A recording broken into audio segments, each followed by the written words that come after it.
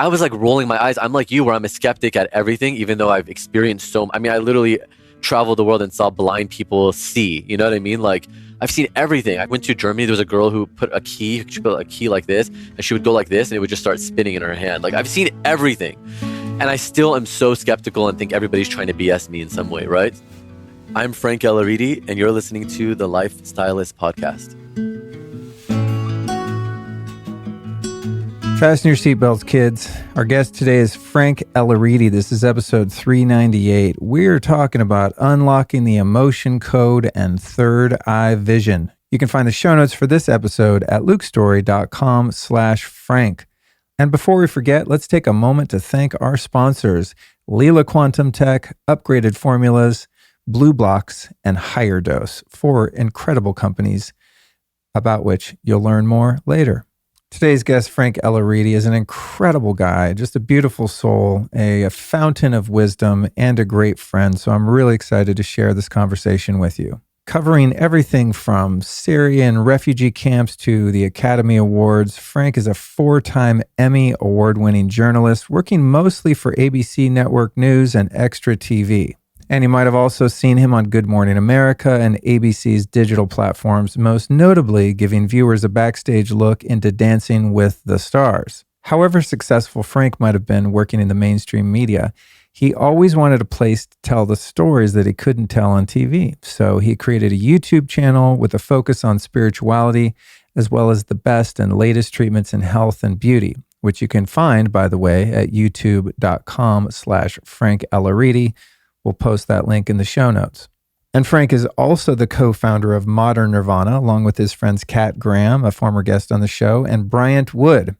Now, the goal of Modern Nirvana is to be a catalyst for transformation in people's lives, to inspire them to take control of their spiritual and physical well-being, kind of like the purpose of this show, by sharing both ancient practices and modern biohacks on their YouTube channel and at their annual conference, at which my wife Allison and I were recent guest speakers here in Austin. Here's some of the wild stuff Frank and I get into in this episode. The beautiful story of his Lebanese heritage and their Druze religion, how he left his life in traditional journalism to become a spiritual explorer, his views on mainstream media as a former insider, how A Course in Miracles shaped his outlook on life, Frank's journey to discovering plant medicines and the lessons he's learned from them, his ongoing relationship with an Indian healing master, even though this master is no longer in his body. Frank offers some thoughtful tips for integration of spiritual experiences and using emotion codes to release past trauma that are being held in the body, which Frank demonstrated with me live on this podcast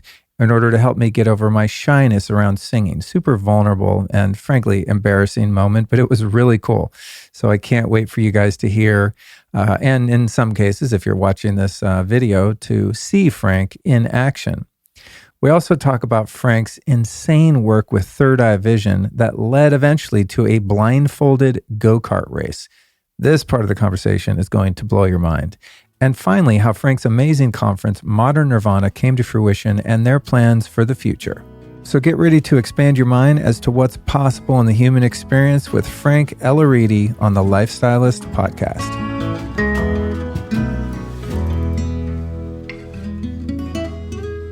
All right, Frank, here we go, man. Finally getting it done. Yeah. So how are you, man? I'm so well. Well. Yeah, I drove here from Houston.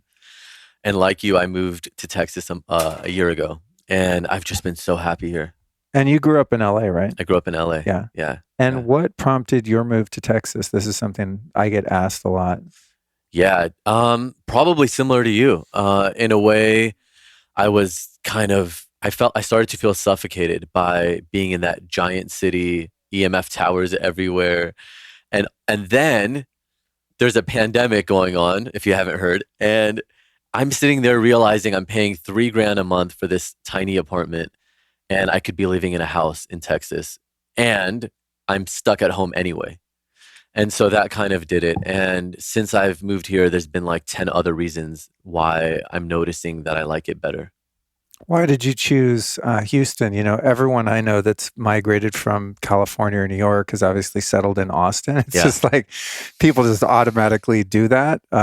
When we decided we had quite a few friends that already had moved here or were from here. So it was, we didn't even think of other cities in Yeah. Texas, but why did you end up in Houston? Yeah, it's funny because people assume Austin always. So when they're Yeah. like, "Oh, you're in Texas now? How's Austin?" Like Yeah, they don't yeah. even ask where I am. They just assume Austin. Totally. Yeah. Right. And I chose Houston because my parents and my little brother live there.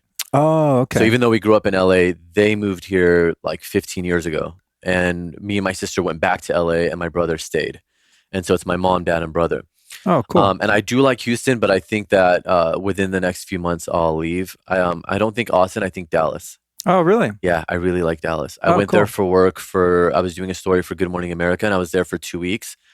And I was like, oh, I really like it here. I think I'm going to move. And that was like a month ago. Wow. So I think in March or April I'll be in Dallas. Cool. Well, Yeah. Congratulations on being an outlier. Thank you. It feels good, doesn't it? doing your own thing. And you know what's crazy or what's interesting is that we're learning now. There's like a little crack in the matrix where we're learning that you can actually do what you do, whatever it is, anywhere. There used to be this idea that you had to live in New York or in LA or in whatever business you were in. And now people are realizing you can actually live anywhere and these rules don't actually exist. These limitations are just in our heads. Yeah, it took me a long time to realize that. Yeah. I mean, I don't know. When I worked in the fashion industry, I think I probably did have to live in LA. But once I got out of that, it took me a long time to get out of that conditioning to realize like, oh, what I do now with podcasting and speaking and things like that. Yeah, I could be pretty much anywhere. But I would say even as a stylist, that's not the case anymore. I mean, you could live in Georgia and you could live in Atlanta. I know, right? But you could live in Atlanta and you could still, like some of the best makeup artists in the world are working on sets in Toronto or in Atlanta or wherever. That's true. And then beyond that, there's now YouTube channels, podcasts. Like there's people doing tutorial videos. You could be a stylist on YouTube. You know what I mean? Like you could do anything anywhere now. Yeah, totally. Yeah. Totally. Well, I figured it out eventually. Yeah. And now, of course, that I'm here, I'm like, oh, duh, I could have done this a long time ago, but is what it is. Yeah, same. Speaking of your family, tell us about your Lebanese heritage.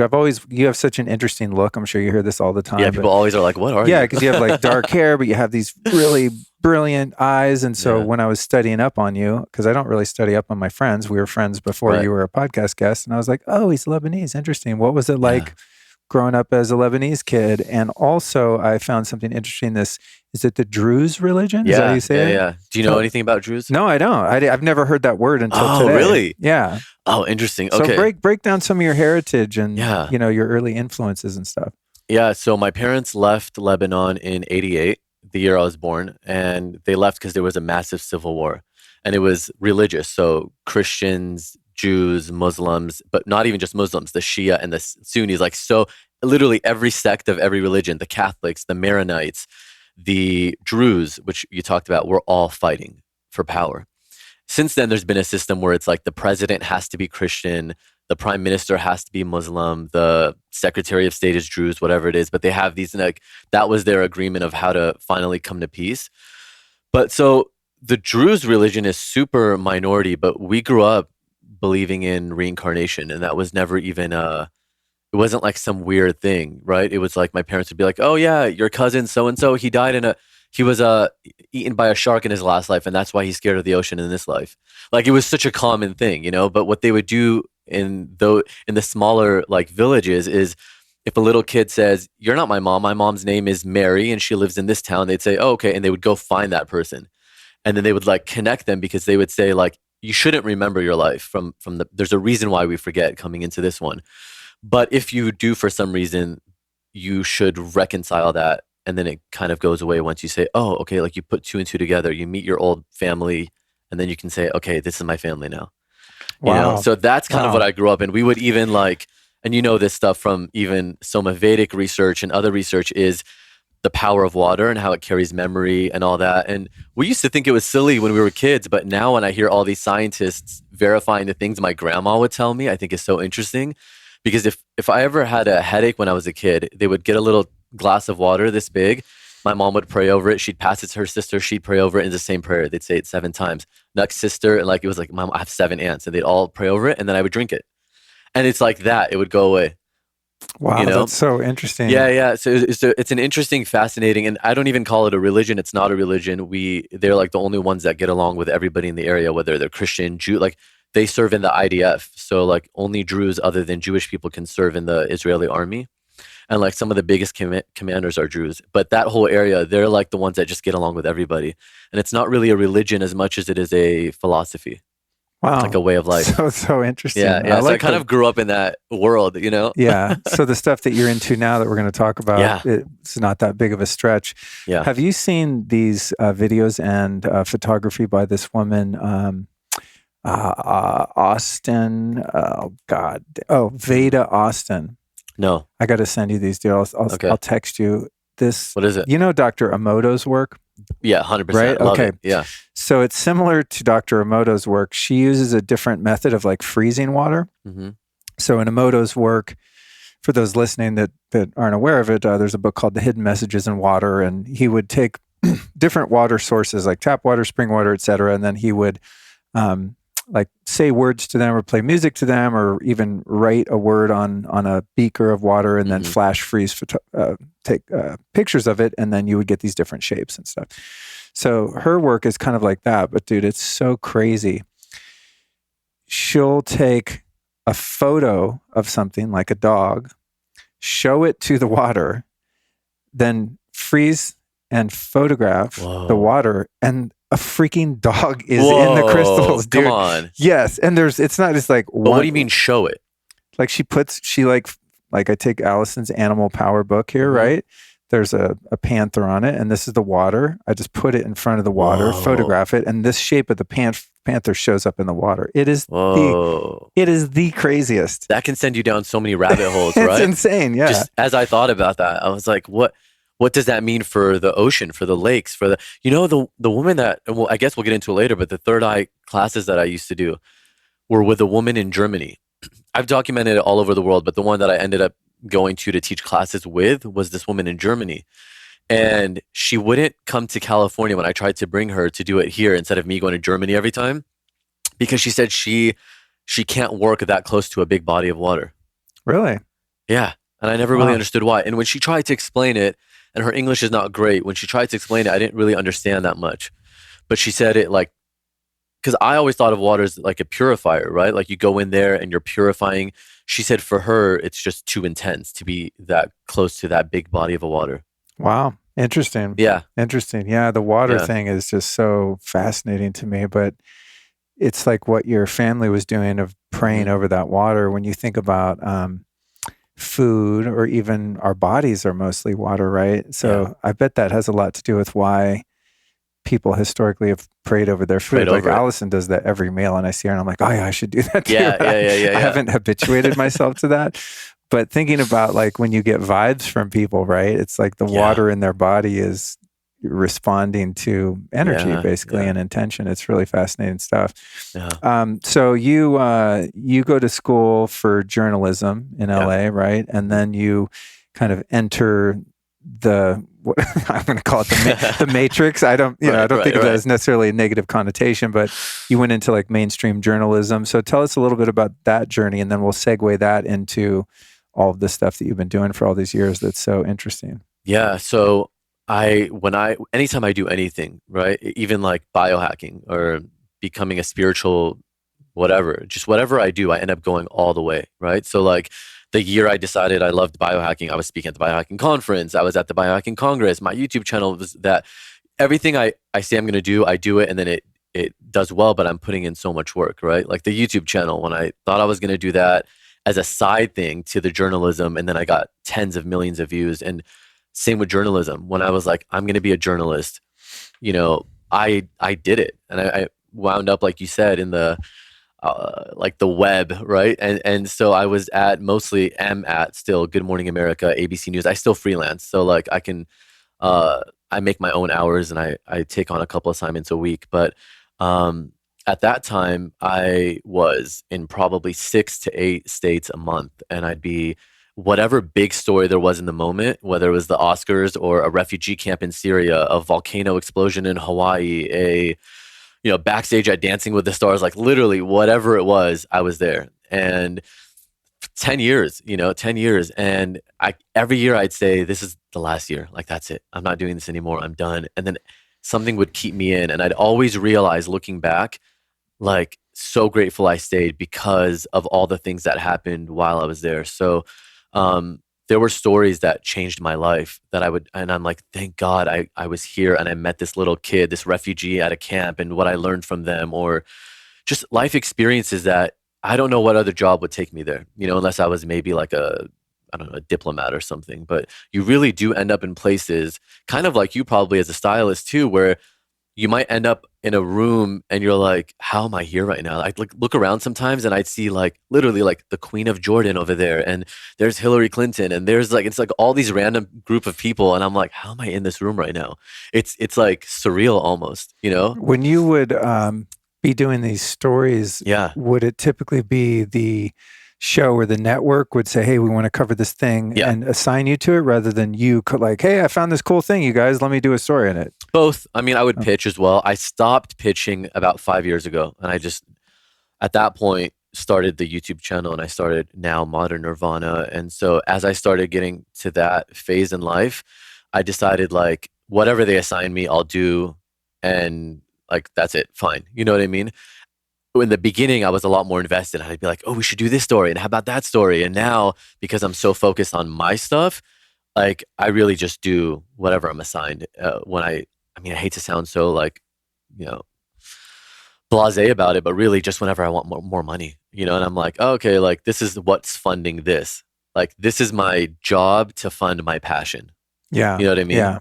So, And then at what point did you start putting because your videos on YouTube are nuts. I think when I first met you, I watched some of them and I was like, oh, I got a lot in common with this dude. Like the immersive journalism, yeah, right? yeah, I Where you love that. Yeah. where you actually go do the thing. Do the thing. Like there's no Yeah. way if I was Yeah. doing a story about ayahuasca, I hate saying doing ayahuasca, working with ayahuasca, that I could do that on TV. It would be more like me talking to people who did it. Yeah, ABC News is probably not going to follow you in the Maloka, No. hold your bucket for you. Right. At what point did you start to like? What were some of the things that you covered that started to get traction? Because you have like zillions of views on your YouTube channel, and that starts becoming its own entity. Like, what were some of the things that you did that started to really get a lot of traction with that? It was funny because I was doing like Hay House was kind of like the big thing for me at the time. So I would like go meet Wayne Dyer and do interviews with like Hay House authors, right? And that's all I was doing. I was like interviewing like the Marianne Williamsons of the world.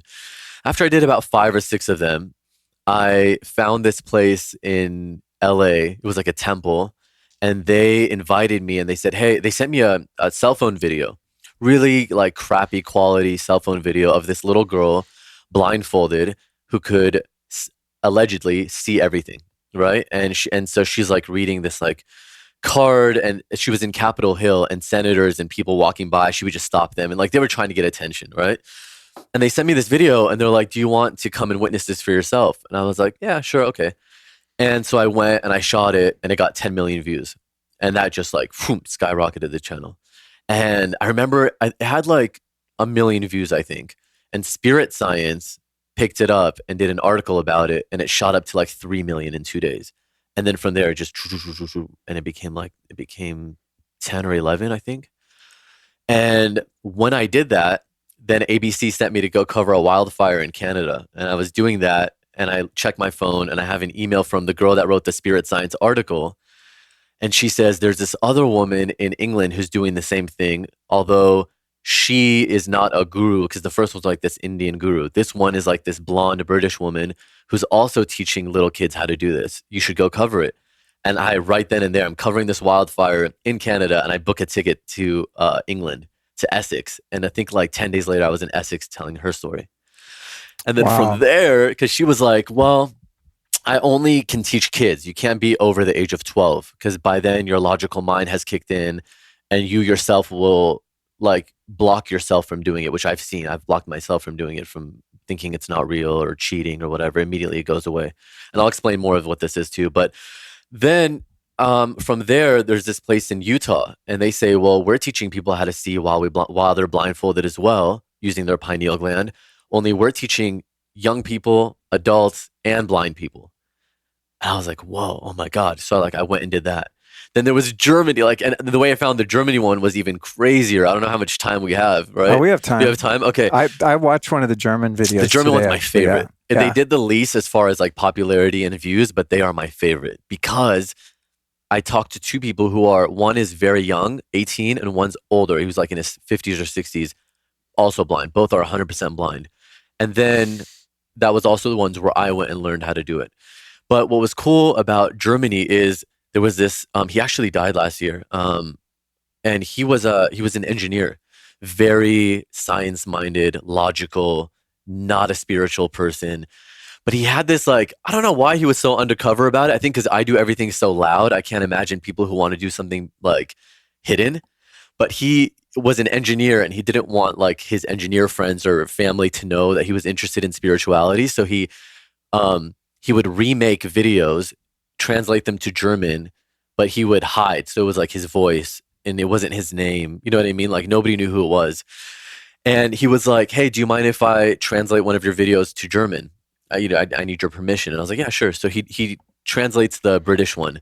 The little girl that he hired or asked to do the voice of the little girl in my video, when she watched the final product, said, "I want to learn how to do this." And so her dad, being this awesome dad, went and found her a teacher in Germany to teach her how to see blindfolded. And within a week, she was seeing. And she was just the girl that was like hired to translate one of my videos. You know what I mean? So the Wow. engineer tells me this story. He's like the software engineer. He tells me the story and he's like, and the German teacher would love for you to come and, do a video and meet her and all that. So I flew over there and did that too.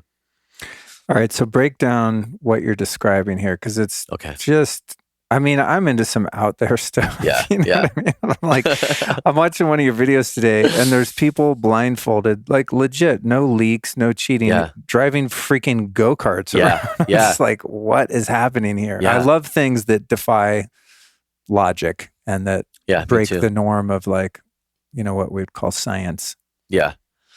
Yeah, and I wonder if this is one of those things like the water thing that we were talking about earlier, where eventually science will say, "Oh yeah, this is what's happening," But and like Deepak Chopra has that science mind as well. He's actually an MD. He was like an emergency room doctor and then studied quantum physics. And when I told him about this, he was like, "Oh yeah, I used to do that all the time." Like Really? yeah, yeah. He said he would actually check on his house in India remotely, from remote viewing, and so what I think is happening, because I don't know for sure, is that the pineal gland is being activated and there's different methods of doing it. So the one that I learned was all meditation and practice, meditation and practice. And we literally were like little kids, like we'd hold things up fully blindfolded. And by the way, our eyes are taped as well.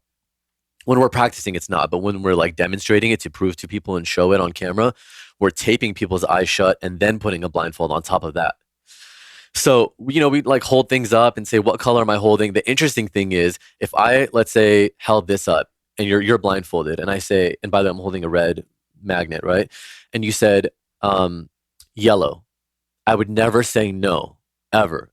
And that shuts it down immediately. It's always positive. So I'd be like, okay, what else do you see? Until you said red. You know what I mean? And it's always, what else do you see? Or try again. Like it's always positive. And they would say, celebrate when you get it wrong. I mean, celebrate when you get it right, and then celebrate even more if you get it wrong. Like they wanted you to just keep celebrating, keep smiling, stay happy. And I think that's why the one in England was saying that, kids under 12 pick it up the fastest because they have that childlike mind. It's a game, it's fun. We're not getting logical about it. And so it is activating the pineal gland in many ways. The one in Utah, they're activating the pineal gland by sending electricity to it. They use a method called Marpati Puti. And it's from the Indonesian royal family. And they teach this method basically to their version of the Navy SEALs. And so these guys who are like they have this karate background and they were studying in Indonesia, they learned this method, Marpati Puti, and brought it to the United States. And so this guy, the one that taught me it, he actually can't do it himself, but he can teach it and he teaches it and he has great success. But what he can do, I literally put like this metal, what are they called? Like a well pump. It's like this metal rod and I, hit it against a wall. I tested it and it's totally sturdy and I put it on a rack and he broke it with his finger, with one finger. Broke it in half. And he said he's done up to, I think, like 10 or something at once. And I can't remember if it was his pinky or if his index finger, but all it is he says he's channels his chi, his electric energy to one place and uses that force to break the thing. And so he says when we're doing the third eye thing, right, that they're doing the same thing. They're just sending the electricity up to the pineal gland and activating it. I haven't done that method yet, but that was really fascinating too. I'd like to learn it if I have time. Wow. Yeah. It just shows that what we think is possible is so limited. Yeah.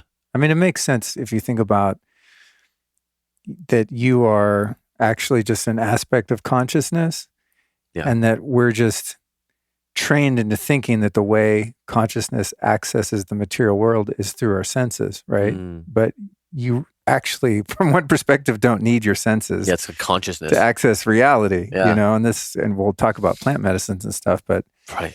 anyone that's had deep experiences in that realm knows like, oh, there's so much more going on here than what we perceive. So that thing is really super interesting. With the this third eye viewing, this, you know, blindfolded ability to view, and this one guy couldn't do it. Yeah. What are some of the other factors that determine whether or not someone can learn how to actually see that? I don't know why some people don't pick it up. I really don't know why. There was one guy which was really interesting. He was from Ethiopia, but living in England. And he came to one of my workshops. After I learned it and demonstrated it, I was getting flooded with messages from people saying, can you organize a retreat or something where we all come and learn? So I did my last one he came to. And he owns like a health food store in England. And he was so funny because I would hold it up like right in front of his face while he's blindfolded and he could not see it. When I held it here, like by his right ear, he'd see everything. And it's so funny because like it was kind of behind his head. So even if there was a hole, even like right now, I'm not blindfolded and I can't see where I'm holding it. That was his spot. Like that was his field of vision. Wow. You know what I mean? Wow. So it was, and the teacher kept trying to get him to move it. She'd be like, move the light, you know? But I think that age is a big thing. Logical mind is a big thing to stopping people. For me, there was a part, I don't know if you said you saw the Germany one. I'm reading a license plate on a car so perfectly. And then I kind of, in that moment, got mad at myself in my head because I was like, I can't believe I've been making these videos. I must look so stupid. Like, to actually make people think this is real. This is insane. Like, there's no way this is real, right? I can't believe I've been fooled. And like, I start going through that mindset and that pattern in my head as I'm reading the license plate. And when I do that, she puts up another word and it was like super or something like that in front of the license plate. Cause she's like, well, if you can see that, you can see this too. And she puts up a piece of paper and it went completely black and I couldn't see anything, like pitch black. And so I think it was like the logical mind interrupting that expansiveness that I was feeling.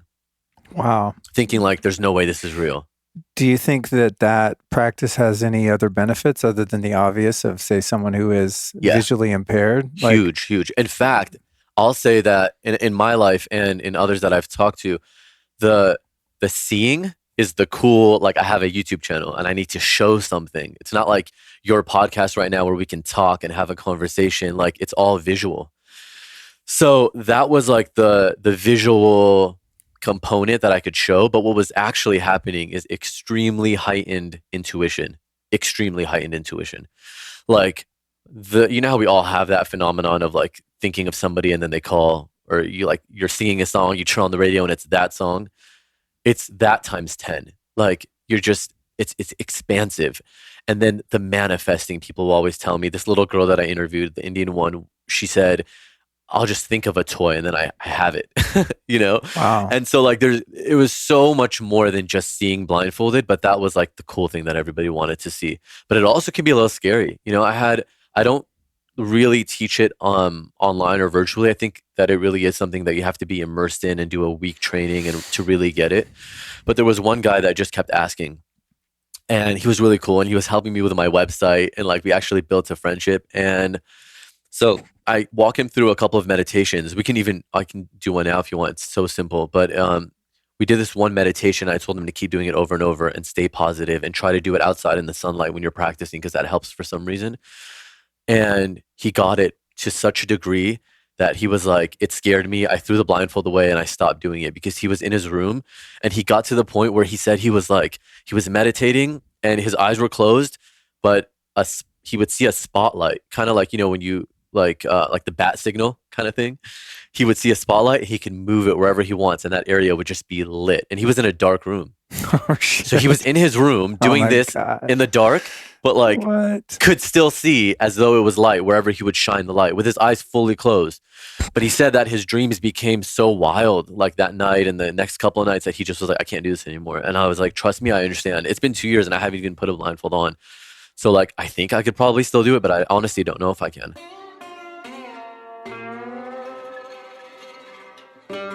I've been into energetic healing technologies for many years, especially those that are supportive for EMF exposure. And there are a lot of so-called quantum products on the market, and I've tried just about any one I've ever heard of, but few of them have had any noticeable effect.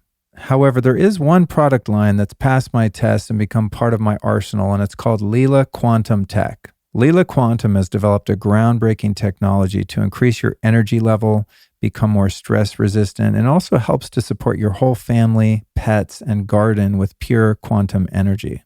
The Leela Quantum products have been certified and studied by various third-party institutes and doctors, and these studies have found significant improvements in people's blood, cellular voltage, allergy reduction, and heart rate variability.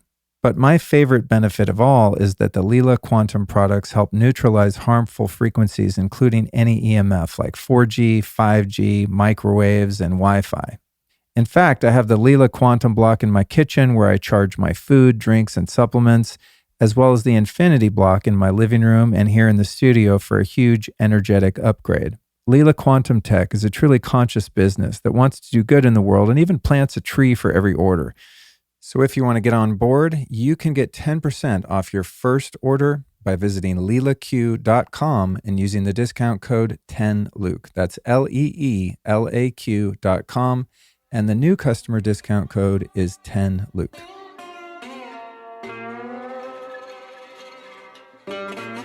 Yeah, sometimes with things like that, it's like you realize that we have these limitations for a reason. A hundred You know what I'm percent. saying? Yes, And yes. like we can, I mean, that's why you don't walk around, day to day on ayahuasca A or hundred something, percent. right? Yeah. It's like there are these interdimensional experiences, these other planes of reality Yeah. and other abilities that we have. But Like you don't want to um, lose your mind, you know? yeah, I mean, going back to reincarnation, I've thought about this a lot. It's like, well, why would creation give us this amnesia, right? Every Mm, time you come back, like you're made to forget, and perhaps on one level you agree to forget, right? yeah. Like I'm going to go back into the human realm, and I know that I'm going to forget who I am, and then this whole lifetime is going to be about remembering that, Yeah. right? Yeah.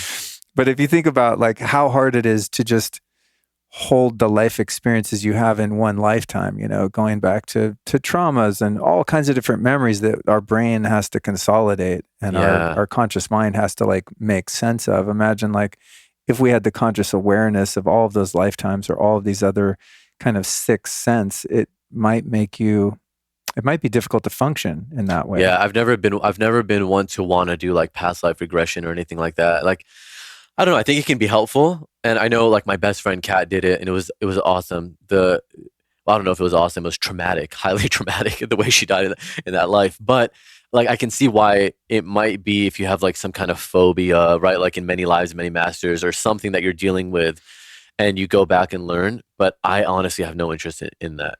I've always been somebody to try to like even why I didn't want to do emotional healing for so long and help people with that is because I've always tried to not even like dim my light, but like not lean too much into it.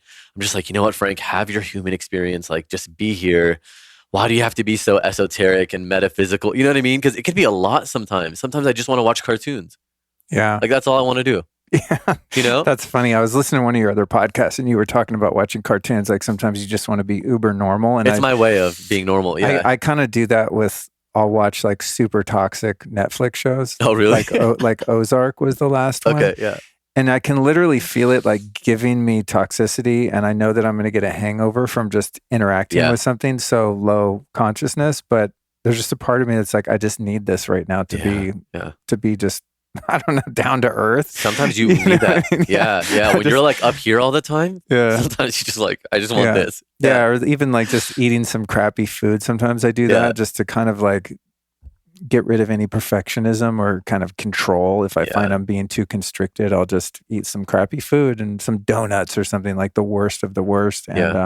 I mean, there's worse things than donuts, but in my world, It's pretty up there. it's about as bad as it gets. Hydrogenated oil and gluten and glyphosate and God knows what. But I'll do it and just catch myself like observing the guilt that I feel. Like, dude, you're you know better, and it's like, no, I just need to have the gluttonous experience of doing a donut. I think that's pretty enlightened, honestly. It's like there's this one, I don't even know his name, some like Arab something Sufi guy, you know, and he I wrote about him a while back, but he was this guide, like an advisor to royals, to kings. I mean, he was like up there. He could wear the nicest robes, but he chose to dress like a peasant, right? But he said, even dressing like a peasant is becoming too attached to an ideal of like, I dress like a peasant. So sometimes he would wear like the most extravagant clothes, you know, because he was like, even dressing like a peasant is wanting to be too much of one ideal, like attaching yourself to this theory of, you know, being holistic. And so he would do that sometimes, you know, and I feel like cool. That's kind of what you're doing. You're like, I eat this way most of the time because I know it's best for me, but sometimes I'm going to get the donut or the fast food or whatever else, you know? Yeah, that's an interesting story. It's like, I've observed over the years how, you know, gone through, like, you have so many different kind of spiritual phases and hanging out amongst different groups and things like that. And noticing how someone has the realization that, you know, I'm not my body, I'm not my thoughts, I'm not male, female, whatever gender, race, and you discard that to be closer in touch with who and what you really are, like an embodied spirit, right? But then one can be tempted to like take on a spiritual name and start wearing the robes and the beads, and then another like kind of more pious or maybe a more spiritual looking persona that's also not you gets glommed on top of that, and there's a trap in there too. There's so many like attachment traps, right? Where now my name is, you know, Ananda Luke or whatever, right? And then now I'm like stuck in another role that I've replaced the former role of like Luke, the fashion dude from Hollywood, or the bass player or whatever, right? And sometimes I feel like it is that. It's like somebody wanting so badly to disconnect from that life that they had before, right?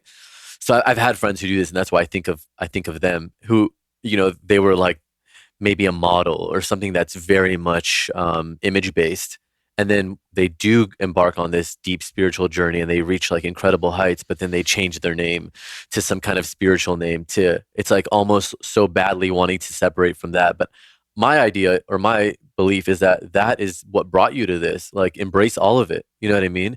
I don't think you need to change your name. Like, who you were, Jack so-and-so, is a beautiful experience. Yeah. You know? I mean, I guess on the kind of like false identity side, there's that, but then on a more positive sense, there's also perhaps a sense of commitment to your path, right? Like when you think of a Tibetan monk or something, right? It's like they might have grown up in some suburban area and just been a householder, a normal person, an accountant, right? And then they find their path, and shaving the head and wearing the robes and taking on a different name is not necessarily like building another false identity, but just a way to be fully reverent of their path and a sign of their commitment. It's interesting. I think about this stuff and often. Maybe non-attachment to a name or a personality. Yeah. So it's, you know, it probably goes both ways, but it is, I think, for a spiritual aspirant, it's something to be aware of, how we can kind of glom onto these different identities and end up getting lost in any of them, right? Whether your identity is being someone famous or noteworthy and or a wealthy person or whatever attachment, and then you want to ditch that and you take on another one. Because I've had a lot of different kind of, I would say, like personas and images in my life. And even sometimes now, like I was in an event last night and there was a guy sitting in front of me, had a really cool look, like super spiritual looking dude, you know, like shamanic kind of vibe. And I was like, oh, that's cool. I should dress like that. And I was like, no, dude, you're just you know, I just have my, I don't even know what my thing is, but it's whatever feels most true for where I am, I think, that day. And being mindful to not get attached to what that is either, because it could change. Next week, you might see me shave my head and put on an orange robe and I'm doing that thing, you know, hopefully with some awareness that there's an intention behind it other than just kind of changing one, you know, false outfit for another one. I think unless we live in a cave which is why it was probably so easy to be enlightened, not easy to be enlightened, but easier when there was like nothing going on and you could just go find a cave and sit in it, thousands of years ago. Yeah. Because now we have so many choices, Yeah. I mean, so that's many the thing. choices. Like, you go on a spiritual retreat, right? And it's Mm-hmm. like you get so grounded and centered and Mm-hmm. you're so in touch. And it seems like, oh, I need to live like this. Every Yeah, time I've me been too. I'm been like, to an this is my new life. yeah, This is what I'm doing. Yeah, anyone that's ever spent some time at a good ashram be like, oh, I'm just going to give up everything and yeah, just be like this. But yeah, then it's like, you want to take what you're learning and yeah, integrate it and go back into your life, which is of course, the challenging part. yeah. Um, That was Modern Nirvana. Like that's kind of what it came from. So the company that I started with Kat and Brian, yeah. Modern Nirvana, was about like taking what you learn and bring it into the world. Like there was like Nirvana, and then there's this Modern Nirvana where you are in Nirvana, but here, like living in the dream, being a part of it in a Nirvana state of mind. Oh, that's You cool. I know? didn't know that. Yeah, I want to get into Modern Nirvana in a little bit too. yeah, It's people have probably heard me talk about it because Alice and I came and spoke at your yeah. event here in Austin, which was We're awesome. gonna try to weasel you guys in again. Yeah, I'd love to, and I hope you do it here again because Yeah, it's like right down the street. yeah, But I know you're a student of A Course in Miracles, and I feel like after almost 7 years in this podcast, I've done my best to find kind of the foremost expert on each thing that's been big and influential in our culture. And I guess Marianne Williamson might be one of yeah, the most well-known students and teachers of that. There have been various times where I've tried to get into A Course in Miracles, and so many of the teachers like David Hawkins and different people like that I've followed and learned from have borrowed from it. But in terms of like sitting down with the Course in Miracles workbook and doing it for a year or yeah, whatever it is, I've a few times made it to day 8, and then kind of fallen off. And I've tried to listen to the audio, and it's like I totally relate to all yeah. of the teaching. Makes perfect sense to me. But it's one that's been more challenging for me to apply, I guess you could say. How did you discover A Course in Miracles, and how have you applied it in your life for people that aren't familiar with just the basics of that With the teaching? basics, yeah. The thing is with A Course in Miracles, and it might be kind of like 12 steps for you, I think, because for me, A Course in Miracles was really transformative. And I feel like, and I read it about 12 years ago, and I think that was the time read it for the first time. That was the time that I feel like I went from a crazy person, like insane, which I don't mean insane like Looney Tunes. I mean insane as in like everybody else in the world right now. Like just people are insane and they don't realize they are. And then you go from insane thinking to not insane, right? And what that means is like, for example, insane thinking is in order for me to win, this person needs to lose. Or if that person is making money, it means I'm not making money. Or separation, right? All of these things, like even separation, which I know I'm talking to somebody who's done a lot of work spiritually, and you understand the idea of like you and I come from one source and there's no separation, but we think we're separated. But it teaches that lesson in like 40 ways. And what's cool about the workbook is you get to let's say lesson 8. And then when you get to lesson 15, you're like, oh, that's why they taught me lesson 8, so that I could now understand 15. You know what I mean? Like it was done in such an order. Like the first one is like, I don't know what anything means. And I you remember literally, that. right? It's like first Yeah, lesson. I don't know yeah, what anything means. And you literally yeah. have to just look around the room and say, I don't know what that camera means, or I don't know what it's for. I don't know what Luke is for. I don't know what this sock is for. I don't know what the carpet is for. You literally just start with, I don't know what anything is for and what it means, why it's here. And I think once you get to that place, and then further and further down the line of like surrendering and shedding, you're now creating space for truth to enter. Like the Course in Miracles says, truth cannot enter if there's any place in your heart that mars its welcome. So the truth is available, it's there, it's whenever you need it, but it will not come if you don't want it. As long as you walk around like, I already know, I know, I know. Great, you already know, then you know. So I'm not gonna I don't need to come to you then because you already know. But as soon as you admit, like, I don't know anything, and I still try to have that always. I don't know anything. I don't know. Maybe I think it's this. I think it's the pineal gland. I don't know. It's like I always try to have that mentality. And one way that I applied it is I noticed with people. So like I was at a pharmacy think like a few months ago, and my friend Brian was with me. And there's this medication that I've gotten 100 times, and I went to go get it, and they were like, "Yeah, it's $600," and I was like, "No, it's like I get it for like $30 every time." And the guy, by the way, first like 20 minutes, literally not looked up. I don't, you couldn't tell me what I looked like. He never once looked at me. He was like staring at the computer and just like having a conversation with me, never made eye contact. And I was like talking to Brian, and I was like, watch. And then so I started saying in my head, it's a line from A Course in Miracles. It is not this I would look upon. I trust my brother who is one with me. And I just kept saying it. And then I would also say another line, um, give me your blessing, Holy Son of God. Give me your blessing, Holy Son of God. And I would just keep saying it. So I'm not saying it to him, but I'm thinking it, I'm projecting it onto him, right? Give me your blessing. So now in my head, I've transformed this attacker into my savior. Literally, he's my savior now. I'm like, give me your blessing, you know?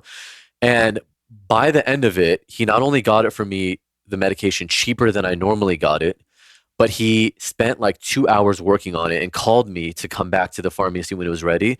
And I was like, thank you so much for all that effort and like everything you did. And he said, oh yeah, he's like, I never do that for anybody. I never would spend 2 hours on one prescription trying to do that for somebody, but I just felt like I should. And I was like, oh, thank you so much. You know, he became a savior in a way, you know? And so even though I haven't studied A Course in Miracles in like 10 years, you know, though I always go back to the lessons. I go back to the lessons. If I'm thinking too much, it says, if you say this, your ego will continue to talk, but you won't hear it, which is God himself is incomplete without me. God himself is incomplete without me. And they say, just say that to yourself whenever you're thinking too much. And so I always go back to A Course in Miracles. And it's, you know, you mentioned plant medicine earlier in ayahuasca. Even in those moments, there's like, you know how you get those downloads and you just like, it's a sudden knowing. You didn't hear a voice, you didn't see anything, but you just got a download. I'll get those sometimes on plant medicine or in ceremony or meditation. And then I go back to like, I'm like, oh yeah, A Course in Miracles talks about that. A Course in Miracles teaches that. Like there was always some kind of foundational thing in A Course in Miracles that always kept going back to it.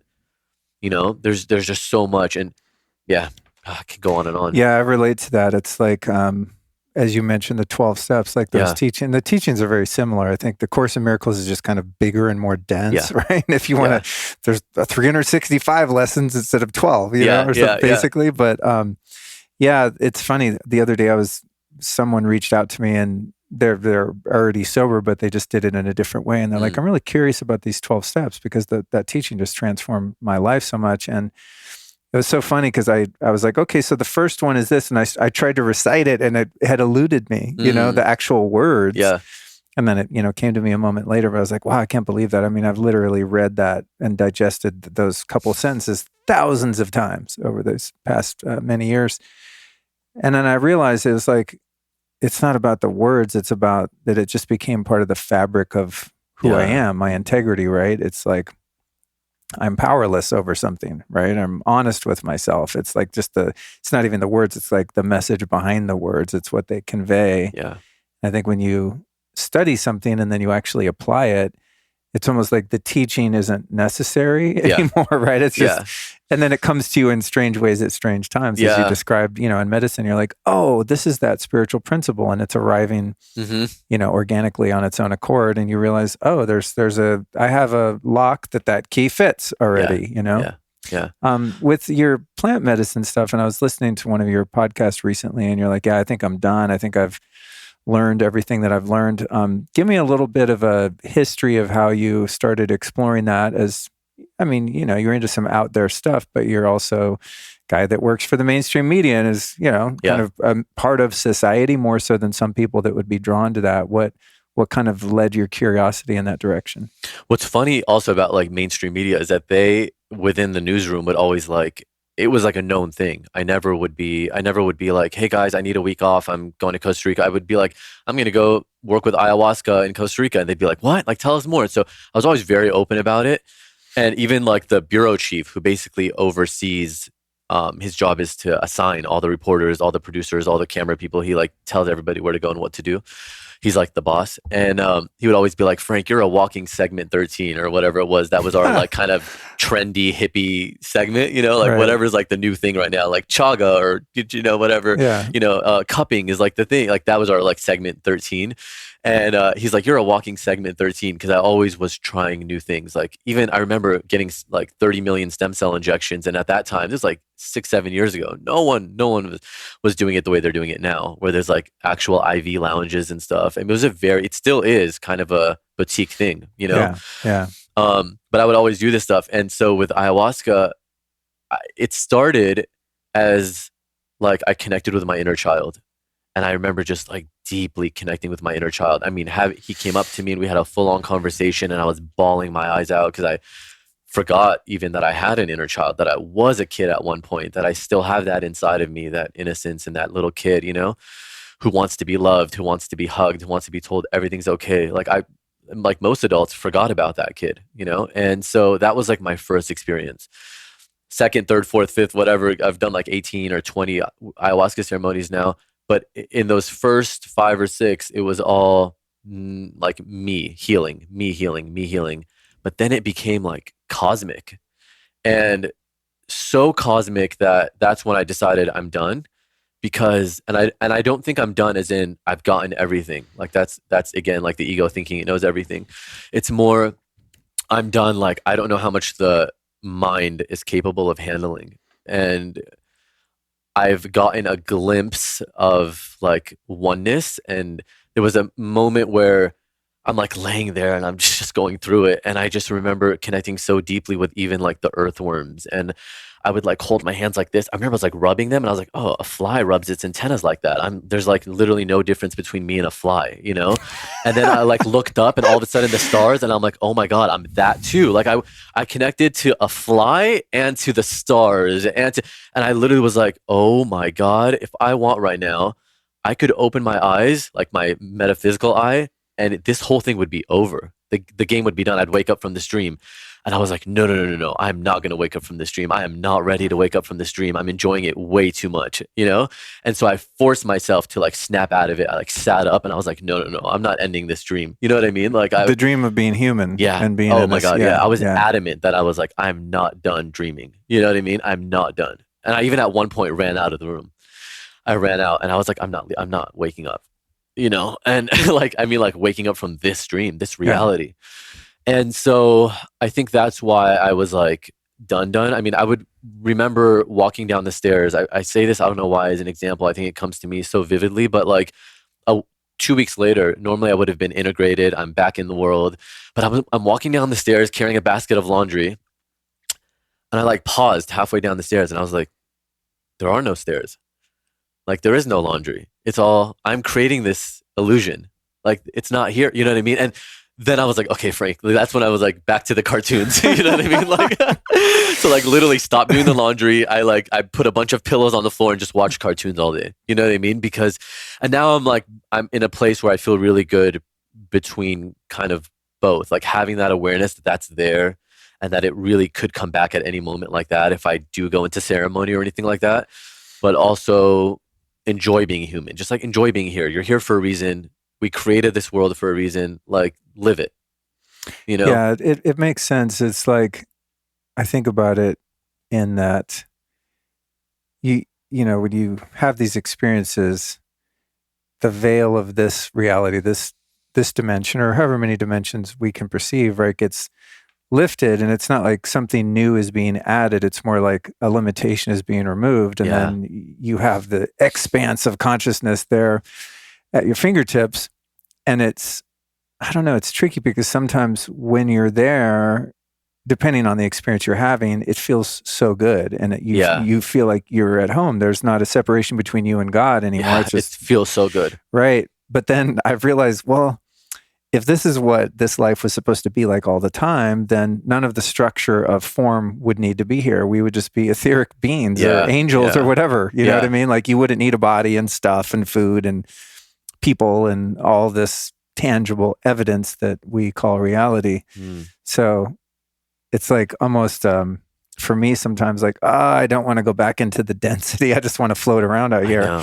But then it's the reality that you just described is like, well, if that's what was meant to be happening, then you would not go back in your body, or in the middle of the ceremony, you would die. Yeah. You know what I mean? And I thought And about then somebody. you would be in the ethers doing some Yeah. other stuff as consciousness rather than being a you Yeah. know? And I thought about somebody who was like in the mainstream news who died in ayahuasca ceremony. Of course, like, everybody picked up that story. He was like 15 and died in Peru, I think, in the Amazon, and they buried his body and didn't tell his parents, like this place that Oh, was wow. facilitating. So it's kind of, I get why it would be a big deal, like it's kind of like feels shady. But I, for some reason, connected with him, even though I hadn't heard the story in like 2 years. But I connected with him in that last ceremony where I decided to stop working with the medicine. Was how good he felt in that moment and how blissful it was for him to let go. Like he went so deep that he just was like, I'm out, you know? And I remember thinking when I first read the story how terrified he must have been, and oh my God, he died on some bad ayahuasca or something. And that could be the case, like he could have. But my experience, I was so ready to let go that I was like, this is probably what he felt. I'm like, I mean, in any moment now, I could just, I'm in bliss. You know what I mean? And it's not even bliss, it's cosmic. It's like you said, it's expansive. I remember being like among the stars, and I was having a conversation with creator and with creation, and I was kind of like this little innocent kid, and I just was like, and like, what if this happened right now? He'd be like, well, this would happen. And I'm like, okay, and what if I like didn't come back? Okay, well, you'd be here. And I was like, well, what about my mom? Like, if she's gonna miss me? And he's like, yeah, she's still there. You'll still be there too. Everything is still there. Like, you know what I mean? But Yeah, like talking yeah. so calmly and kind of like, and I was just like asking all my questions. Like, okay, but what if I did this? It's so interesting. I mean, it's just so interesting, um, to be in that space where it's so expansive and you can ask anything and get the answer. But also, like, not frightening, but I think takes work to like make the decision of I want to come back once you get to like that extremely out of your body. I think by now most of us know that minerals are important, but it's really tough to know which minerals to take without knowing what you need. And mineral imbalance is a huge issue, so guesswork is pretty sketchy. Wouldn't it be great to know not only what minerals you need and which mineral levels are too high? Well, I recently found a very cool way to accurately test all of that and take the guesswork and wasted supplement spending out of the equation. I'm talking about upgraded formulas, upgraded hair test, and consultation. It's really fast and easy to do.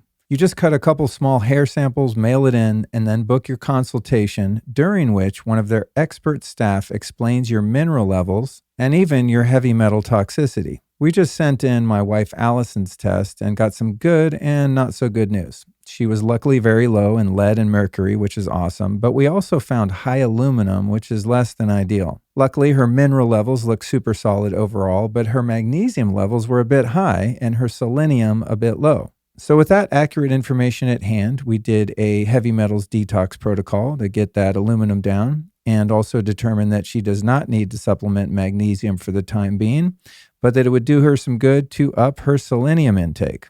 And not only does upgraded formulas have you covered on the test and consultation, but they also happen to make the best absorbed nano minerals I've ever found. Getting your minerals right can sort out hidden deficiencies that are affecting thyroid, adrenal, and many other systems in your body. So I highly recommend you check out the test and consultation at upgradedformulas.com. Now, you can also save 15% off your first purchase by using the code Luke at checkout. That link again is upgradedformulas.com. What do you think some of the downsides or risks of those experiences for people? I always like to throw that in because Yeah. having had only positive experiences myself, I sometimes feel like, okay, I have a sense of responsibility and not just being a cheerleader. Like everyone should go do plant medicines. Every time I do them, I'm like in the middle of it. And after I'm like, okay, I need to tell everyone needs, but it's, there are, I'm sure people for whom it's not appropriate, or maybe ever. And for some, perhaps not at different stages of their life and things like that. What do you think? Like, has anything ever gone wrong for you, or what's your take on how someone could help discern whether or not something like that would be appropriate? I mean, I think it's such a personal choice, and like like you, I'm not a like medical expert in this field. I don't study plant medicine. Just it's all anecdotal, and I've only really had positive experiences too. But I would say like if somebody has a history already of being overly paranoid or maybe schizophrenic or bipolar or something, then like maybe I would not do it. I wouldn't do that. Um, if it's something like depression or anxiety, I would highly recommend it. Like I can't think of anything better for somebody who's, especially if like not even ayahuasca, but like psilocybin or something, you know. I've worked with so many people, or even like when I go to these retreats, all I remember there was one video that I did at Rhythmia, right, in Costa Rica, and this woman and her daughter were walking out as I was walking in. It was my first day and it was their last day, and they were like so smiley, and I just took out my phone, as you do, like just like start right then and there. And so I took it out and I was like, hey, do you guys mind telling me about your experience, as you leave? And they were like, oh my God, we're so happy. And the daughter and the mom were like hugging, and the mom goes, yeah, my husband 6 months ago shot himself in the head, died, and a month later my son did the same thing. And so this girl's brother and dad, and then this woman's son and husband, and then she just starts crying, and as she's talking to me, and she says, "We came in here with guilt, with anxiety, with depression," and I was like, "And you're leaving with?" And she was like, none of it," and she's just crying, and she was like, it's a bullet train to the end." And I'll never forget, like I still hear her voice, I still see her eyes. She was like, it's a bullet train to the end. And the daughter and they looked at each other, and she was like, I just want you to know I love you so much. And like the daughter and mom saying that together, and then they hugged. And that's just like how I started my video. But it was Wow. like my first Yeah. experience walking in. And it's like, and this, like so many stories like that. Another one lost his mom and connected with her in ceremony, and then another one was addicted to drugs for years, and it saved his life, so then he came and brought his whole family the next time. Like there's just so many stories. But of course then there's like the ones also who are like, I had one guy, the first time I ever went to an ayahuasca retreat, I went with a friend from San Diego, and I stayed the full 7 days, and he left after the second day. Really? Yeah, he was like, I don't like this, and I don't want to do it. Wow. Yeah, and he Good. heard people talking about aliens and stuff, and it freaked him out, and he Well, left. So, good for him. yeah, You good for him. know, I was you mad at him know? at the time. Obviously, you go with Yeah. somebody and they leave, and then I'm like stuck in this room that we were sharing. Now I'm by myself. I was mad, and then I appreciated him after, and I was like, you know what? Like he did what he needed to do, and good for him to not feel like he was obligated to stay or anything like that. What about this place? I think it's called Arcana or something in Oh, Mexico. Arcana was the one. That In was my last Mexico? one. That was the one where I stopped. Oh, okay, yeah. Because I think were you there with Aaron Yes. Alexander? Yeah. Okay, Yeah. yeah. Yeah. I Yeah. remember a few of my friends were going at that particular time, Yeah. and I forget if it was you or Aaron that told me. They're like, yeah, you do. The first day you do mushrooms, then you do ayahuasca, then you do bufo. Literally all three in 1 week. I'm like, what? I hope these people know what they're doing. That sounded like It was a lot. sounded like That's a the one lot. where I said I'll never do it again. Yeah. That's when I said I'll never do it again. I mean, I did. that's a lot of energies and a lot of medicine. Yeah. I mean, not judging. I'm just like, wow, it takes a certain type of person to be able to like come out the other side of that and Yeah. be able to spell their name, Oh yeah. I will say that they had a different shaman who specializes in each thing. So actually the one that was working with the mushrooms comes from Guadalajara, and she's a descendant of Maria Sabina, who like Life magazine did this big expose on in the 70s, and that's what actually brought awareness to mushrooms in the West. Oh, Like she right. was her, right? Maria Sabina. Right. So this was her, like a descendant of hers. Wow. Yeah, like great granddaughter, something like that. I forgot what the Wow. actual thing was. But so I did 9.5 grams 2 days in a row Oh with my them. God. Can you imagine? 9.5. No. And before that, No. I had done like 5 at most, I think. Yeah. Nine Which and a is- half, and then another 9.5, and then skipped the third day because me and Aaron both were like, we're just not going to do ceremony today. We need just to recoup and whatever. And then we did 2 nights of ayahuasca, I think, and bufo in between. Oh my God. Yeah, it's a lot. It's a Wow. lot. It's Wow. a lot. And that's when I was like, I'll never do it again. But I'm so glad I did.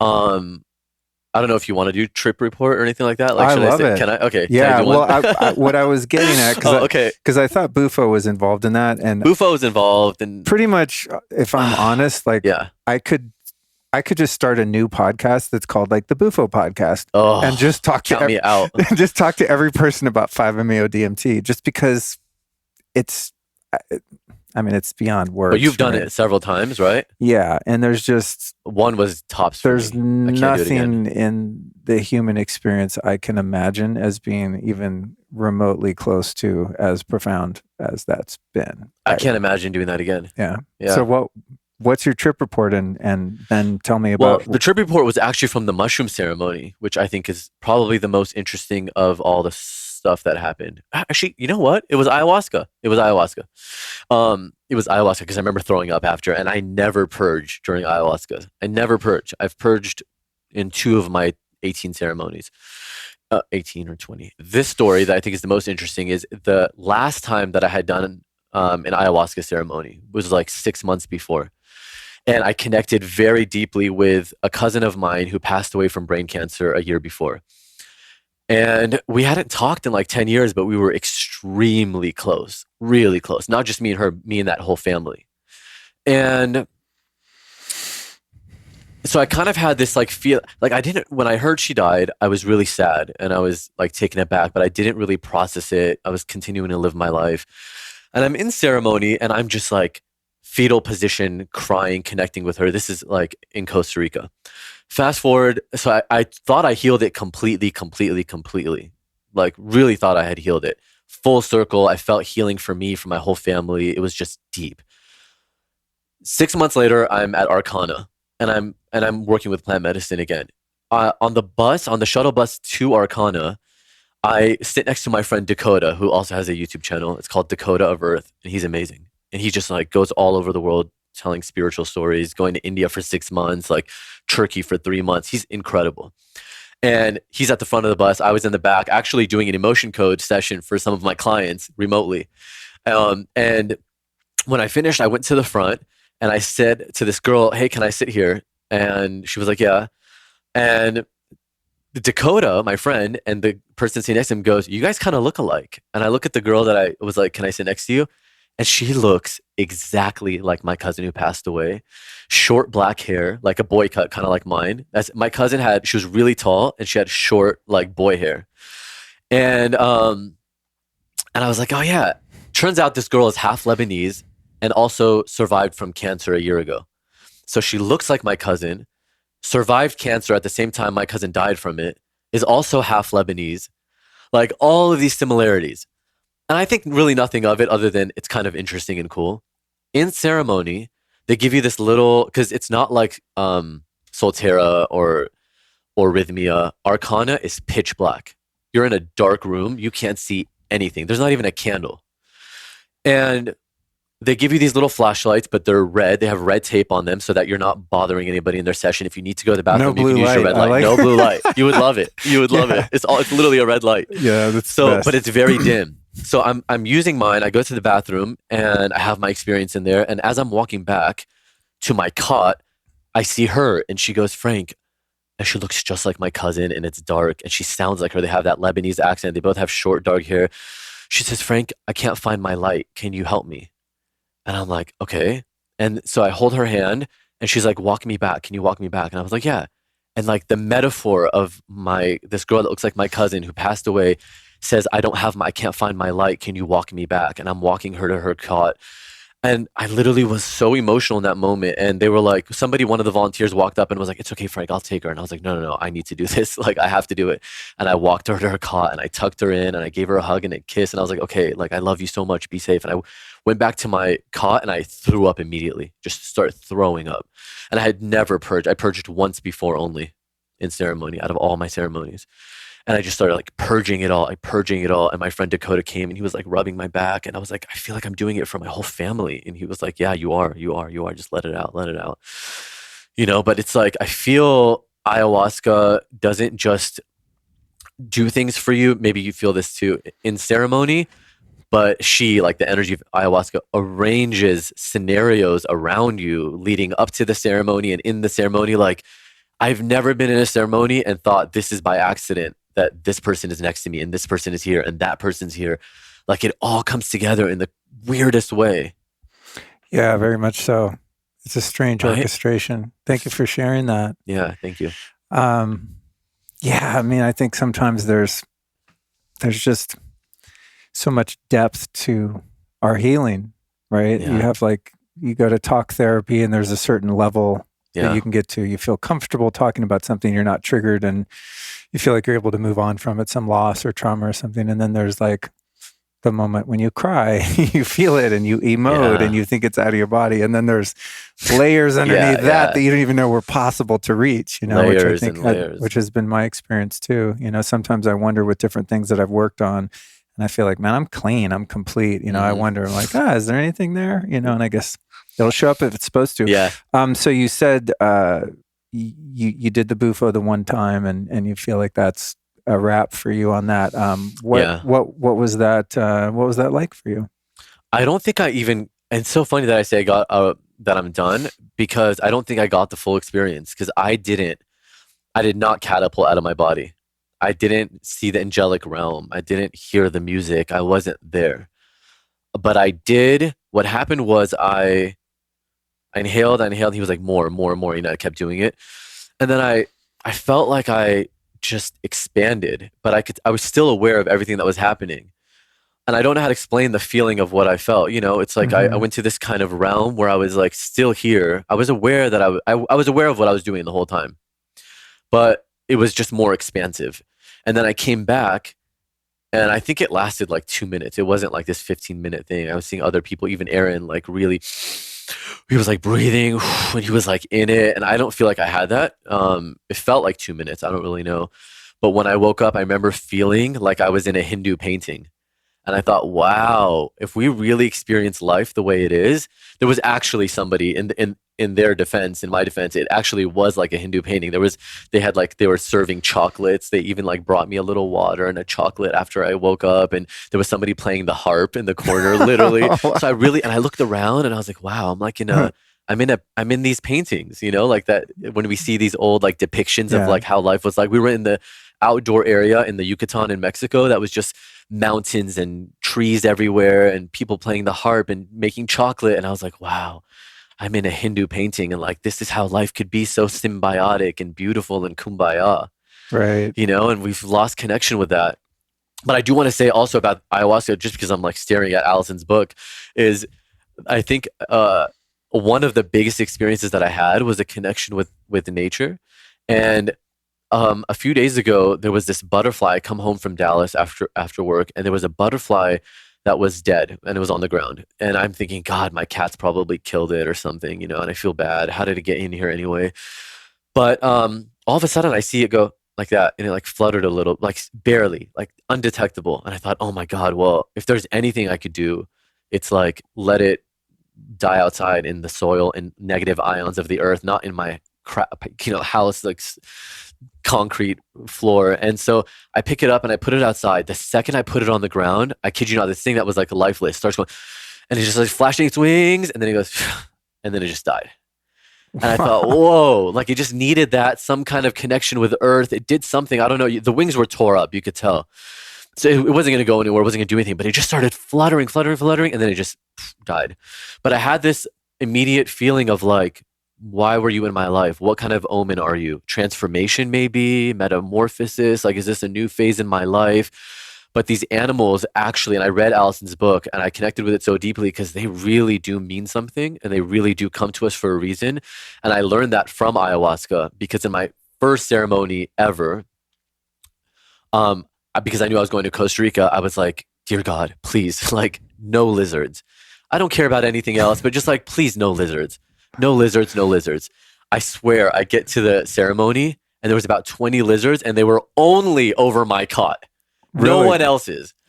And I was like, oh, of course, of course. But by the end of the night, they were like my safety net, and I loved them so much because it was like I always could go back to that. Like I knew they were there, and like that was a reality. And now when I see them, they're such a good omen because we live in Texas. I see lizards all the time. Second time, I was like, okay, Costa Rica again. fine, lizards, I get it. I'm okay with that now. But please, like, seriously, God, no scorpions. Because like scorpions actually can hurt me, and like, well, like, so actually no scorpions, but like everything else is fine. I'm okay with lizards now. And I get to my room and there was a scorpion on my door. And I What? literally called them. I called the people at the front because I was too afraid to open the door. And like they came and removed it. So that happens. So this last ceremony, now like fast forward like 10 ceremonies, my last one where I was like, I'll never do this again. Aaron is actually right next to me in the cot. The ceremony's over. I've had this cosmic experience. It was the one where I was like talking to Creator, right? I come back from it and literally they turn on the light.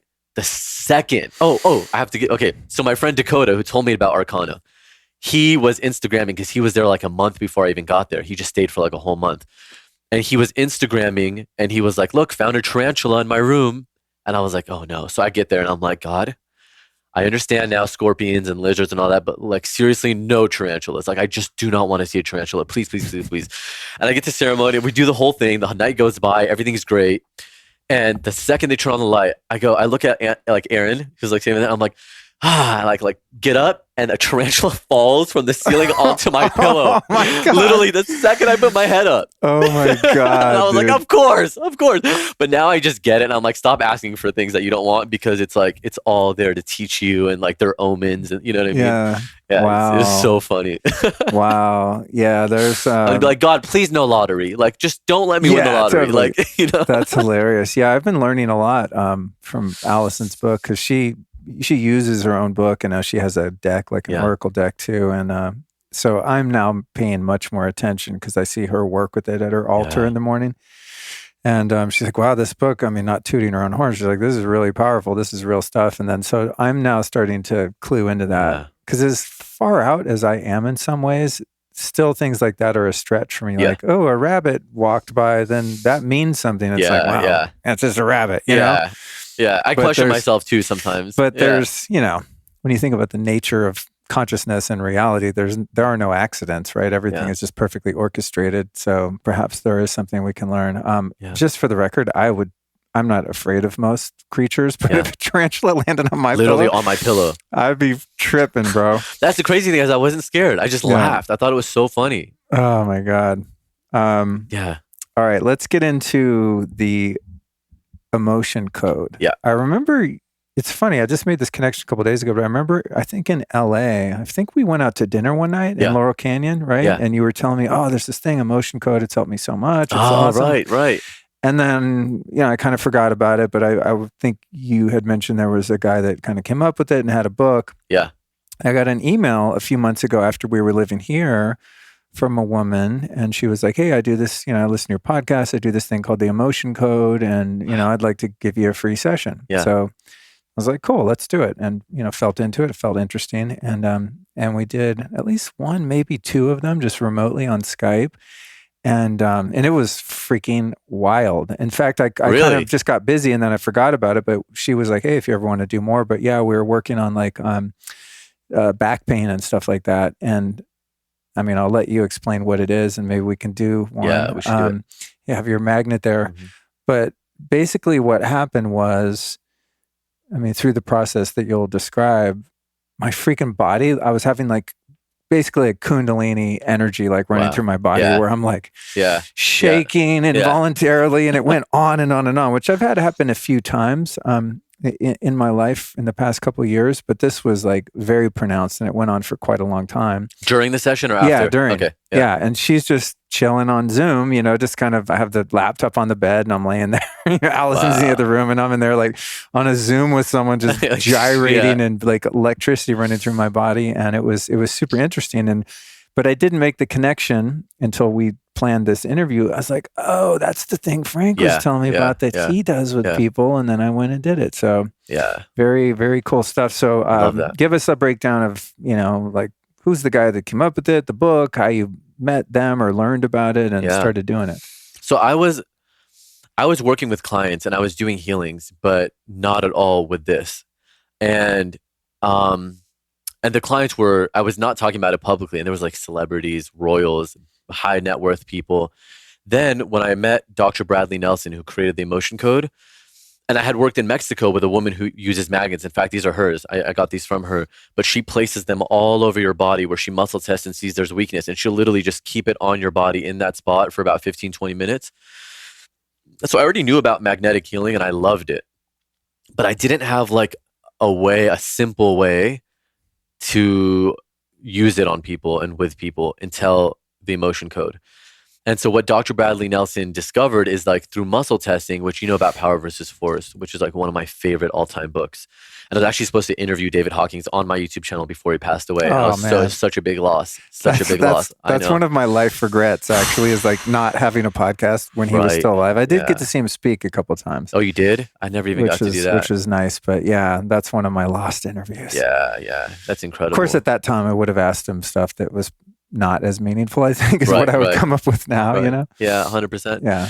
He has muscle testing and he talks about it and teaches it. And there's so many ways you can muscle test. So Dr. Bradley Nelson, who spoke at Modern Nirvana conference, by the way, last year. Oh, really? You were both there. Yeah. Oh, no way. Yeah, he did a live demo on stage too. Oh, shit, I missed that. I was probably upstairs. He actually flew his private plane to the conference. Really? Yeah, obviously didn't land it there somewhere else, but like from Utah to there. Baller. Yeah, very cool. And he, he flew it himself. Yeah, I got that. Yeah. Not like, he took a private plane. Yeah. So he created this chart, right? And by the way, so the body code goes way deeper and we can do that as well. But that's like, I did it actually for a friend last week. She lost 6 pounds in 1 week. She wanted to do a session about weight loss. And there were certain things like trapped emotions that I cleared that were keeping weight on, like her actually creating a barrier around herself to keep people away. Like we cleared that. But then there was also, she needed electrolytes. She needed to take valerian root. She needed to take more ginger, passion flower. So like your body will tell me what it needs. And the funny thing is I told her about electrolytes. And she was like, my doctor has been telling me for 6 months. I introduced her to a functional medicine doctor. That functional medicine doctor has been telling her for 6 months that she was dehydrated and needed electrolytes. And she was like, but I never felt thirsty, so I just ignored it. And she's like, but literally the day you told me to do it, I bought them the next day. So she started taking that too. But there's a lot of connections with like, I'm telling you this, your doctor's been telling you this. But in 1 week, she lost 6 pounds. Damn. And she didn't change anything. She didn't change how she eats. She didn't change anything. Really? So there is like the body aspect, right? Because we're holding on to certain emotions that we can clear, or your subconscious might say, I'm really needing this thing and you're not giving it to me. So I can tell you that through, but like what we'll do right now, because it's the chart that I have is emotions around a certain topic. So when you go to therapy, and therapy is great, but it's helping you identify what's going on in your life so that when you catch yourself doing it, you have the tools to handle it. It's not necessarily going into a subconscious level and clearing those blocks. So there's people that I've had who are like, I have an eating disorder, and we'll work on it. And I'll say, what happened at age 6? You have self-abuse, vulnerability, all this. And like, oh, age 6, my mom and dad got a divorce and I thought it was my fault. And I'm like, okay, well, that's what it is. I had a client yesterday or the day before, she's 43. She's like, I'm in a new relationship, but I can't really get into it because of my divorce. I'm still holding on to my divorce. And I'm like, okay, cool. Let's clear trapped emotions around your divorce. And I kept going to the age of 40 and 41. And there was so much there. And I was like clearing, there was resentment, there was panic, taken for granted, all these emotions. And I was like, what happened? It was like, was your divorce just a couple of years ago? Was it like 40, 41? She's like, yeah, exactly. Those were the years. And so, but she didn't tell me this. I'm just going to that age. I like to get an age. You don't have to, unless the subconscious tells me to get it. I won't get an age usually, I don't need to, but I like to get an age for each emotion, because people then will go, oh yeah, that's like when I had the thing, or that's when I, whatever, you know? I've worked with like a podcast host before, and we did a live one. And I kept going back to the same age, and he was like, "Oh, that was the year that I moved to the United States and like quit my corporate job." And I heard that one. That was the one. Yeah, I listened to that. That was very interesting. Really interesting. Yeah, I mean that's the intriguing part of muscle testing, right? Is that in the field, everything that's ever been is known, right? And so you don't have to know it. It's not like you have to be psychic. It's like the field knows, and then the nervous system responds as strong or not strong according to the stimuli, pushing on the arm, pulling the fingers apart. It's the Hawkins like moved kinesiology out of the physical realm, the linear realm. And it's so interesting. It was so it seems like you have that. Doing what you do. A layperson would see like, wow, he's psychic or has magic powers, but it's actually people. I'm telling you, my clients, it's in consciousness. Like that. You know, my clients still do that. It's interesting because I work with people and they're like, and I get it because I have people like that in my life where I'm like, yeah, and they're like, trust me, you can do it too. And I'm like, no, no, no, it's you. You know what I mean? And so I get why people attach that to me and probably whoever the practitioner is, but my clients are the same, and they're like, you are. And I will say there are practitioners that are different. You know, like some are very intuitive, some like me who have done so much plant medicine and so much of this that I actually know where I'm going on the chart before I go there. But I do this to double check because I want to be 100% sure. I'll even ask it like 3 times in my head, you know? So like, even though I know, and even though leading up to it, I knew where I was going to go, I still like to double test it.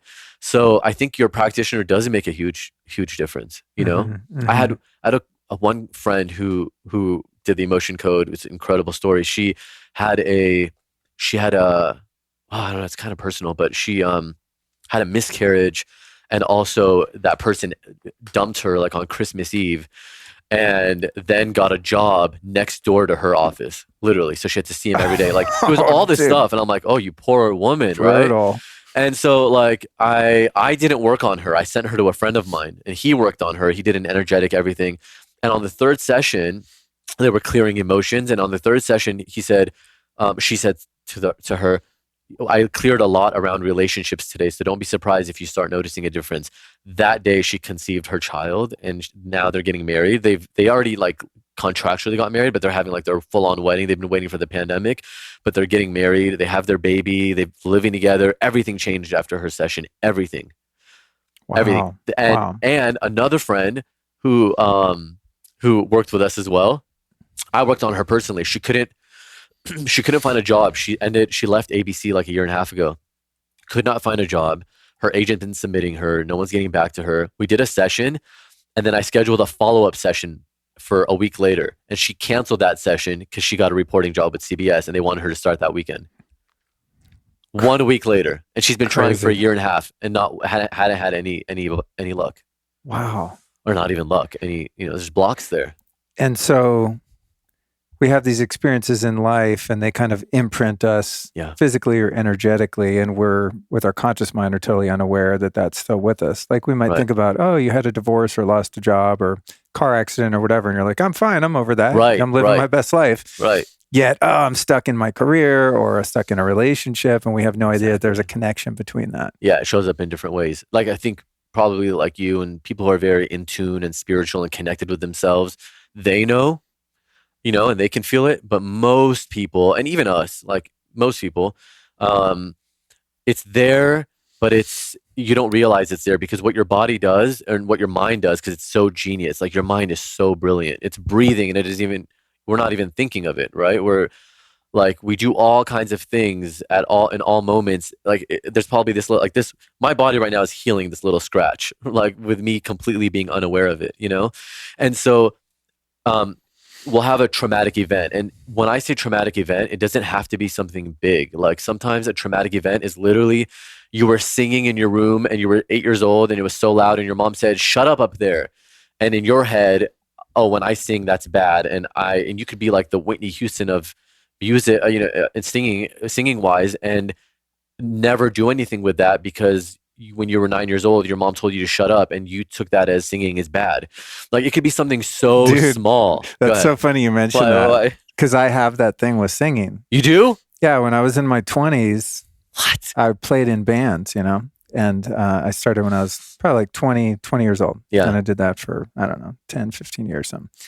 But the first band I was in, I had just learned bass from a guy that I had met who was in a band that I used to listen to in high school and stuff. He was in this Finnish band called Smack. For anyone listening, sure, very few people have heard of them, but I was awesome, like really into this band. Like they were rock stars. I had their posters on my wall. Yeah. Moved to Hollywood. We become friends. I meet all these other, famous musicians and stuff. And so he taught me how to play bass. And then I got good enough where I could be in a band. And then he joined my band. And we had this band for a while. And because I didn't know about singing background vocals or anything like that, we'd be in rehearsal and there's 4 mics set up or whatever in the front and I'm playing bass, and so I would just start singing background vocals. I didn't even think about, can I sing, what note should I be singing, is this a harmony, unison? I wrote a lot of the lyrics, or actually all the lyrics in our band at that time. So I knew the words. So I would start singing, and there was a couple times where he was like, just gave me this really evil look, scowled look, and just took my mic away. And he's like, "You can't sing." And it fucking imprinted me Whoa. to like, I still like when I attempt to sing, because I enjoy it, but I don't think I honestly don't think I'm that great at it. But there's a much bigger block to just like, yeah, maybe it's not my main gift, to like, no, Luke, you suck at this. Don't even try to do it. Right. And I know, because like I still go back to those memories when I find myself singing. Can we do that as our session today? Scary Edge. Yeah, we can do it. I'm definitely not singing though. But like I play guitar, I do Instagram lives and stuff, and people are like, why don't you ever sing? And I'm like, that's why. It would be so interesting if we do this, and then the next Instagram live you do sing. The only time in my life I've sang and felt like, wow, this is actually feels good. I think it sounds good. It's in key, was like after an all-night peyote ceremony on a couple different occasions. For some reason, that medicine like takes away that nervousness, and I just sing whatever I'm capable of singing within my range. And I was like, God, why won't this stick?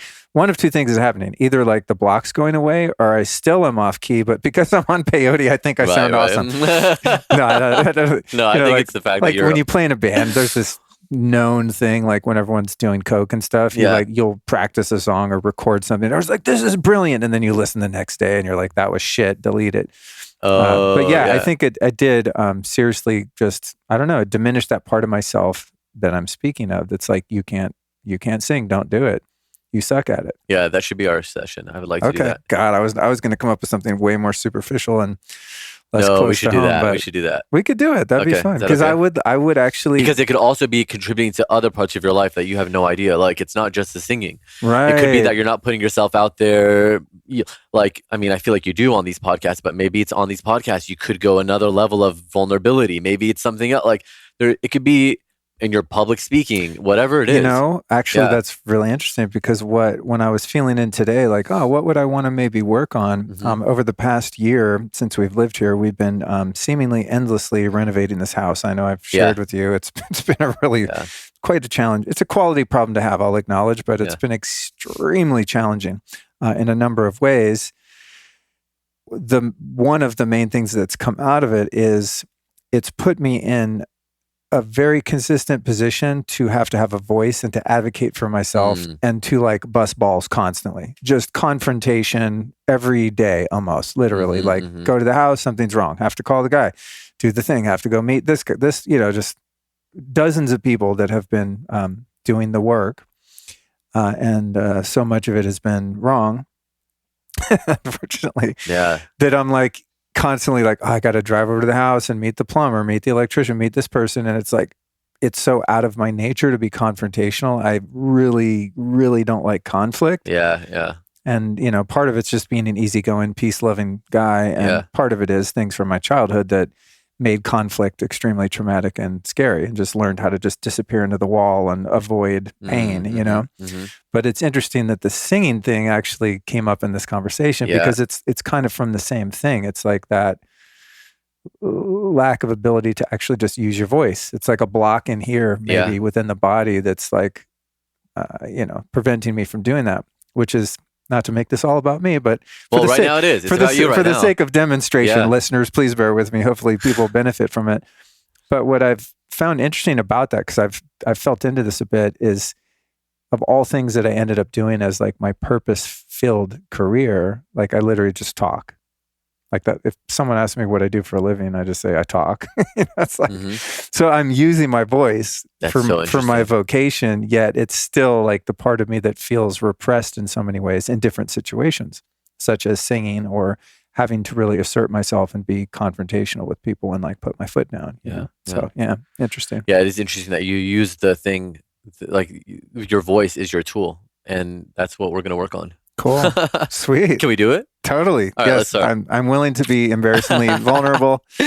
You know what's interesting also, I don't know if you've had this experience, but I always would like think of God as like this like masculine figure before.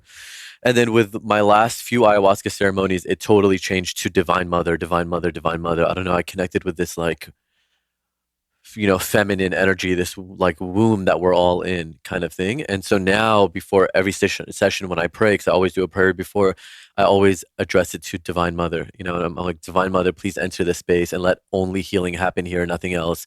Let this be a healing time for Luke, and like take over my body, do whatever you need, use me to just heal, and that's it.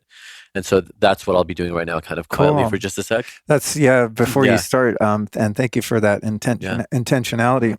Interestingly, going back to Bufo, I never really had a gendered sense of God, but I think just based on literature that I've read and stuff, it's like it's a him, right? But I don't really feel that. It's just kind of words, right?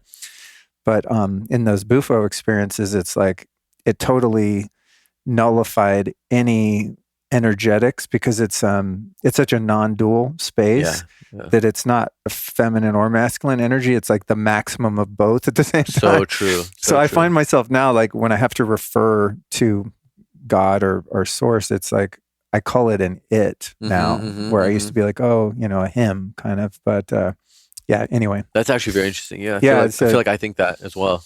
But I say Divine Mother now, and I feel connected to that motherly energy. Yeah. But I think it's still like creator. Yeah. Creator. Yeah. And of course it is both, at different times. Like when I think about my relationship to nature and how I feel the presence of God in the natural world, it's much more feminine, because it's just creation, right? It's just birthing form and matter, right? In perpetuity. And so it's just like, what about when you're that's like a very feminine energy, like hunting and all that, would that be more like the masculine side of creator? Well, I've only really been hunting as an adult once. Oh, okay. Recently, I know, like if I do a podcast about something, it seems like I do it all the time, but and I did a podcast about it, but I think like within myself more so, I have an awareness of when I'm leaning into a feminine or masculine energetic, because I find that if I'm kind of intentional about the way that I'm doing something, that it will help me. Like if I want to do something creative, like having a conversation, the masculine part of me is much more in the background, just kind of like being mindful of the time and have my list and, the container. But the empathy part and the flow of it is totally feminine energy. If I want to have a good conversation and ultimately deliver what I hope to be a quality podcast, I'm going to really be in my heart and my body and be much more fluid than I would if I was sitting down and doing some accounting. True, you know what true. I mean? Or like managing a home renovation. Like there's no room for feminine energy in that process, with the exception of the creative. Like, I don't know, do I like that tile there or that one? That's my feminine side, is more of the artistic, but to actually get in there and get shit done, like I need much more structure and that assertiveness that I spoke of. But anyway, I love that. Yeah. I always joke with YouTube videos too, that like if it's a male reviewer of a product that I want to buy, I'll watch from the beginning. And if it's a female reviewer, I skip 3 minutes in, because that's when she's going to start reviewing the product. Like leading up to that is just like, so, hey guys, thank you so much for coming. So I had this, and it's just like, I'm like, get to the review. Like, but that is a female, I'm not female male thing, but a masculine feminine energy. But sometimes, men can have more of the masculine. Females, so sure. Yeah. It's kind of like the masculine is just, and like get to the point. And apart from gender, I mean, when I just energetically. Yeah. Masculine is like, what are the facts? And the feminine is like, how does this feel? Right. Yeah. Thinking versus feeling. Yeah. And I think if you want to be a fully integrated person, it's wise to be in touch with both sides of yourself. Tap into the one you need in the moment. Yeah. Because otherwise you end up in that, you get stuck in a polarity, right? And it becomes kind of a trap. You don't have that ability to fully express yourself. And especially to relate to other people. Yeah.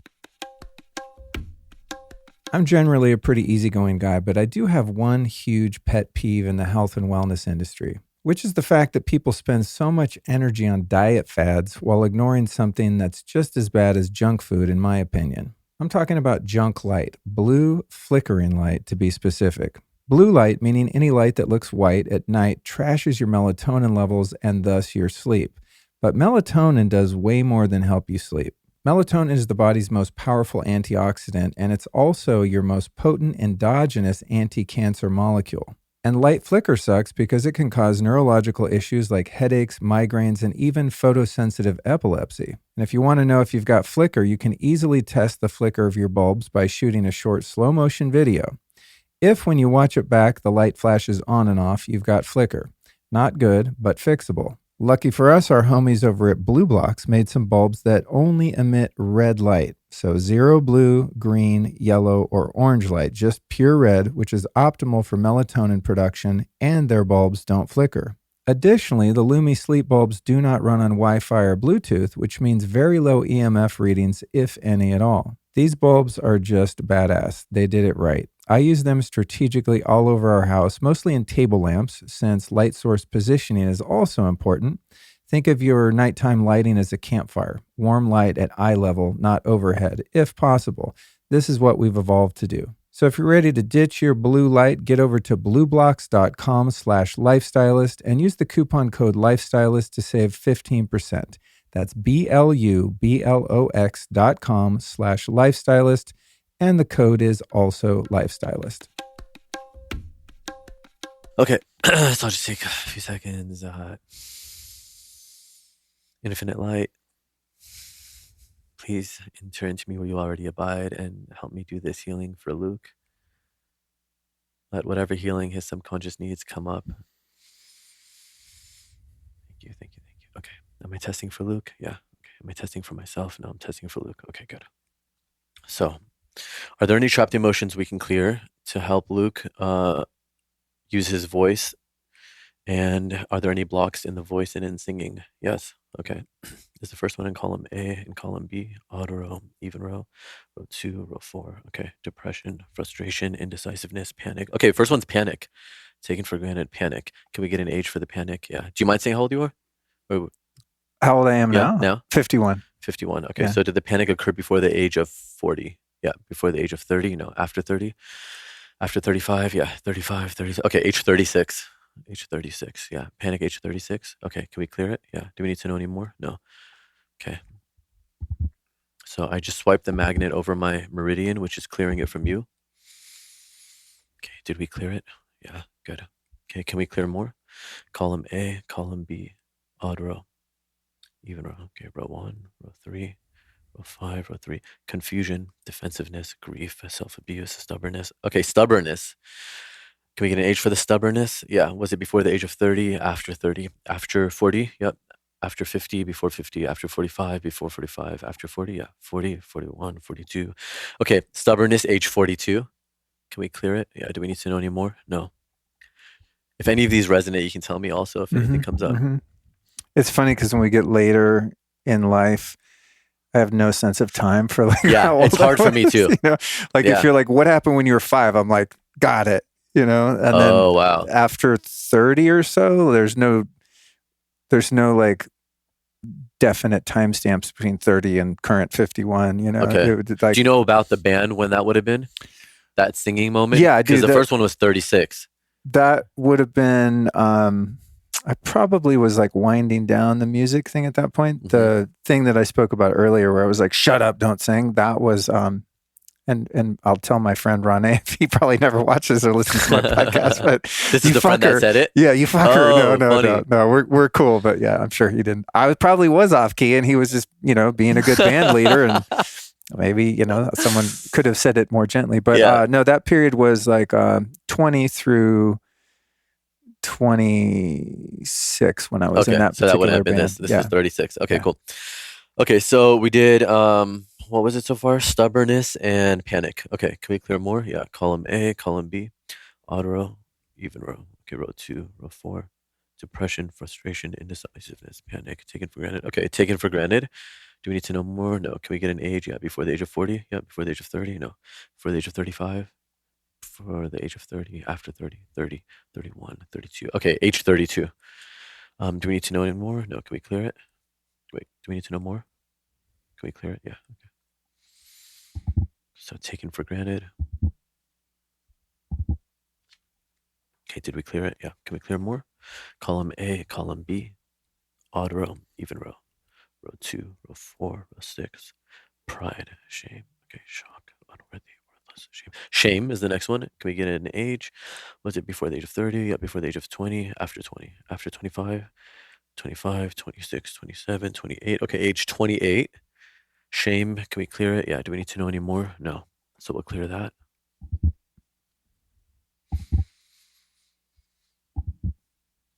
Okay, do Did we clear the shame? Yeah. Can we clear more? Are we done? Okay. Can we clear any more for singing? No. Can we clear any more for the voice? Yeah. Column A, column B, odd row, even row, row 2, row 4, row 6. Pride, shame, shock. Okay, shock.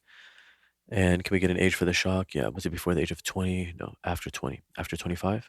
After 30? Before 30? 25, 26, 27. Okay, shock age 27.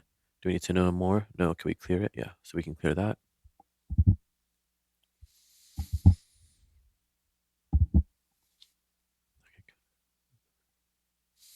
Okay, can we clear more? Good. Column A, column B, odd row, even row, 2, row 4.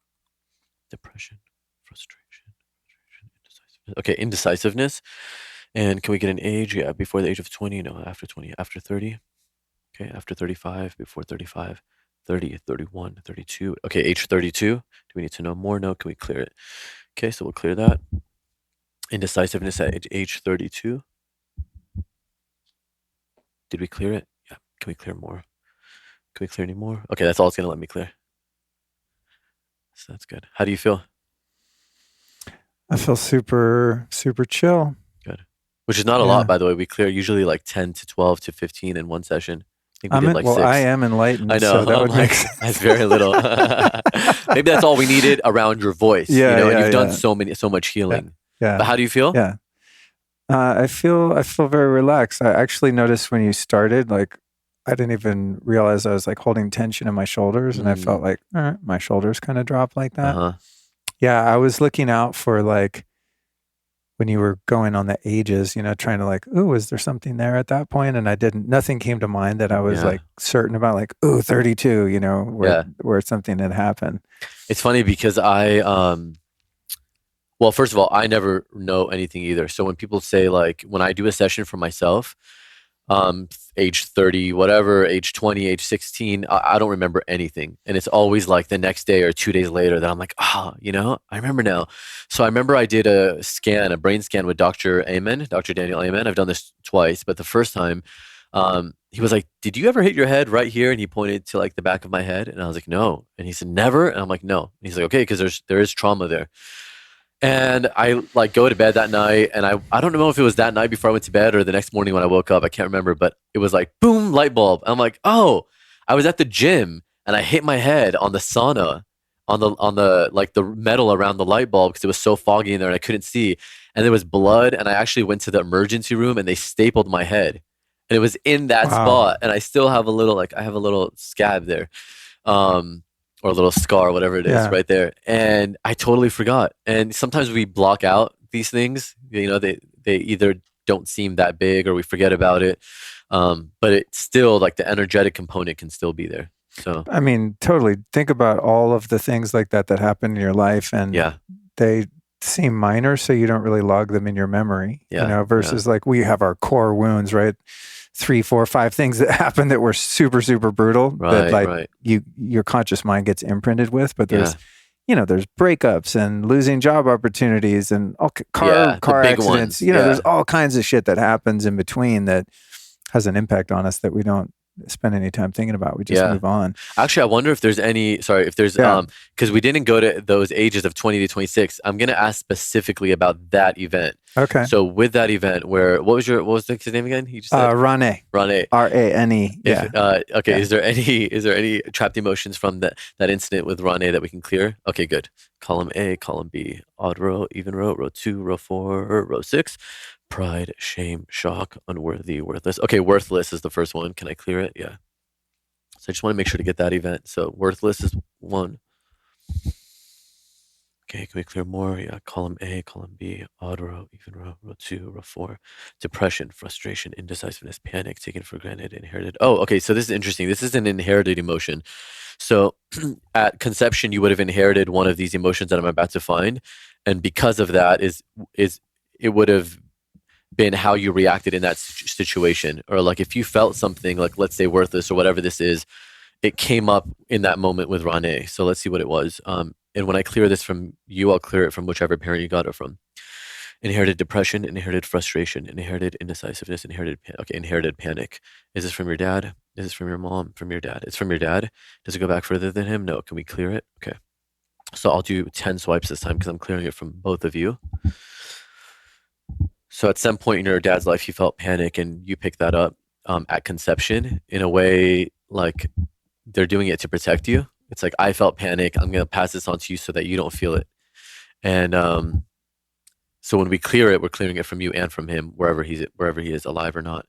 So did we clear the panic? Yeah. But what happens is sometimes then, like in that moment when Renee said whatever, you could have felt panic for a second, but that panic is, you're feeling it because you inherited that emotion. You already have it in you to feel it, and it triggered it, you know? So were there any more? Well, actually, did we clear the panic? Yeah. And are there any more from that incident? Yes. So worthless and inherited panic so far. Can we clear more? Column A, column B, odd row, even row, row 1, row 3, row 3, row 5. Conflict, creative insecurity, terror, unsupported, wishy-washy, terror. Okay. I mean, it doesn't seem like you would feel like terror in that moment, but terror was one. Can we clear more? I mean, can we clear it? Yeah. So terror, worthless, and panic. Pretty big emotions for just somebody to say, like, give you a look and be like, stop, you know? Can we clear more? But that happens. Totally, yeah. And you can say anything, by the way, while I do it. Especially, if like in that particular situation, had it been said by someone who I consider to be more of a peer, it'd be like, whatever, screw you, but this is like the person that was teaching me music, right? It's like your music teacher basically going, oh, you suck at that, don't bother, kind of thing. So, and the, embarrassment of other people witnessing that and things like that, again, one of those things you think in the moment, like, no big deal, whatever. And then you don't realize it's like sticking in there somewhere. Yeah. And the next one we cleared just now was unworthy as well. So that makes sense. Cause totally. Teacher, you're learning from him. Now there might be the feeling of unworthiness. Can we clear more? Yeah. A, column B, odd row, even row. So there's more. 2, 4, depression, frustration, indecisiveness, panic, taken for granted. Can we clear that? Yeah. So taken for granted too. Yeah. Does that resonate at all, do you think? Yeah, very much so. Yeah. Can we clear more? Yeah. Column A, column B, odd row, even row, row 2, row 4, row 6. Do you have anything with your liver or gallbladder by any chance? Not that I'm aware of. Okay. Just so we keep going back to like all these emotions, most of them are in that area of gallbladder and then also the sexual organs. Depression, frustration. Okay, frustration. Do we need to know more? No, can we clear it? Yeah. I'm not getting ages because we already know I'm clearing all the events from that one incident specifically, So what did we just clear? Frustration. Can we clear more? Was that okay, so that's everything. Yeah. Feeling unsupported, unworthy. Yeah, taken for granted, frustration. Yeah. So the guy that came up with the emotion code and wrote the book, he created this chart, right? Yeah. So I don't know if my camera will be able to pick it up. We'll put it in the show notes and people can check it out there. So he developed this system, right, with these different columns that you're referring to. Yeah. And then for people that are listening, not watching, of course, all these podcasts are videos, but when you're doing the muscle testing, you're doing like the ring test, right, with your forefinger and your thumb to determine strong or not strong. Yeah, so weak and strong. How long did it take you to be able to like accurately rely on self-muscle testing?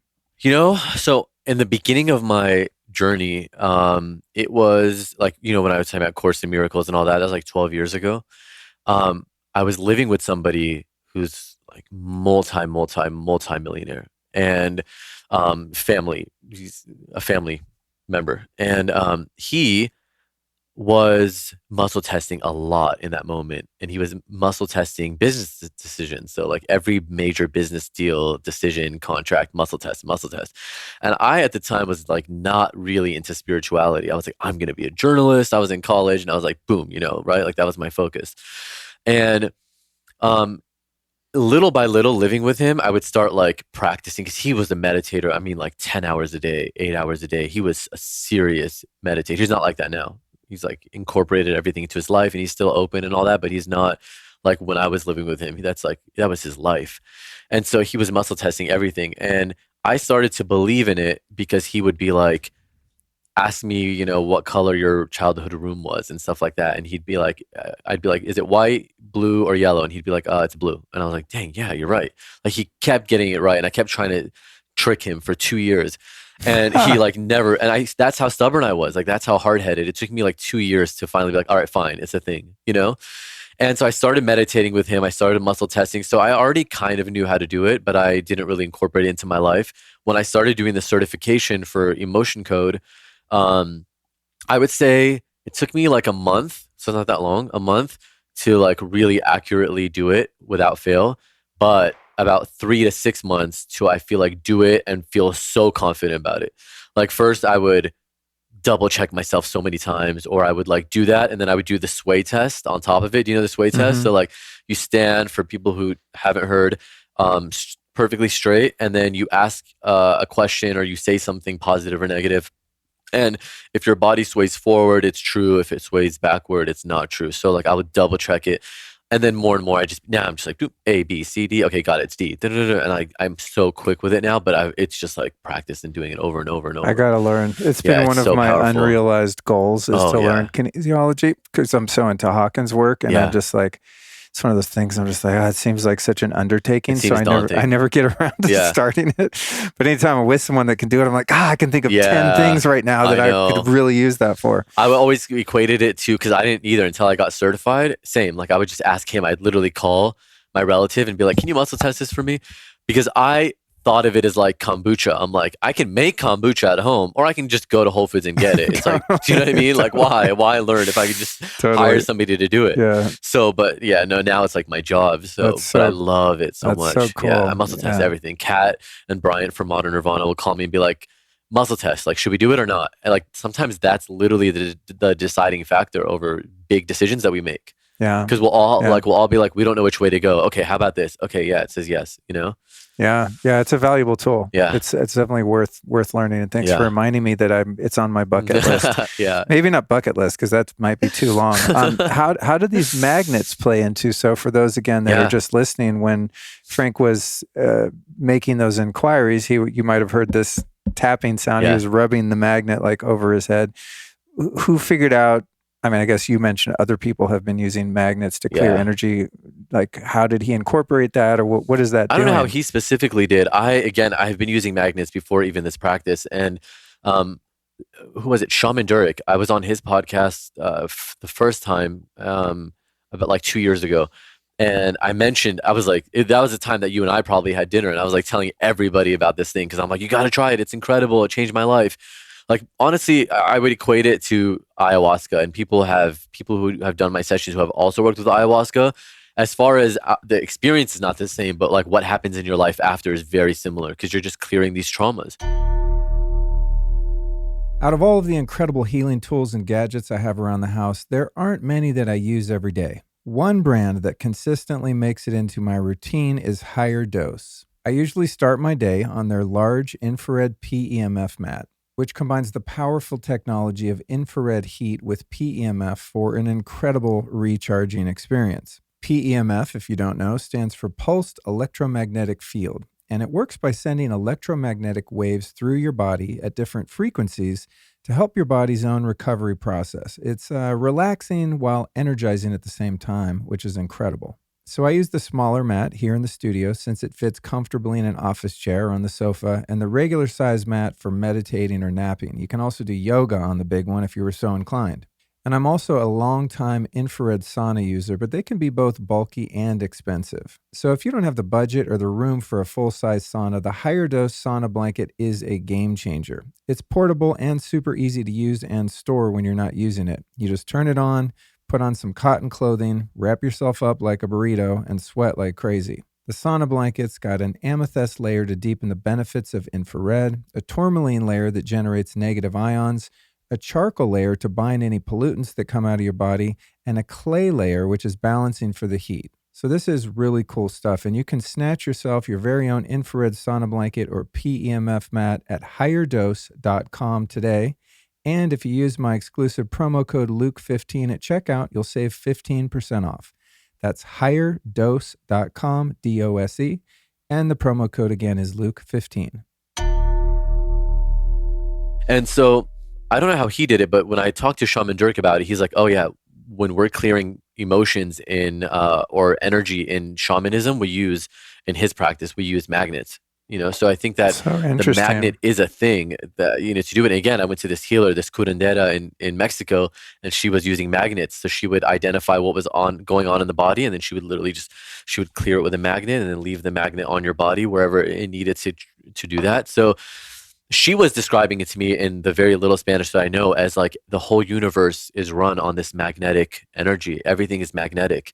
And so when you want to move the magnetic energy, you just move it. You're doing Wow. it, you're clearing it with the magnet.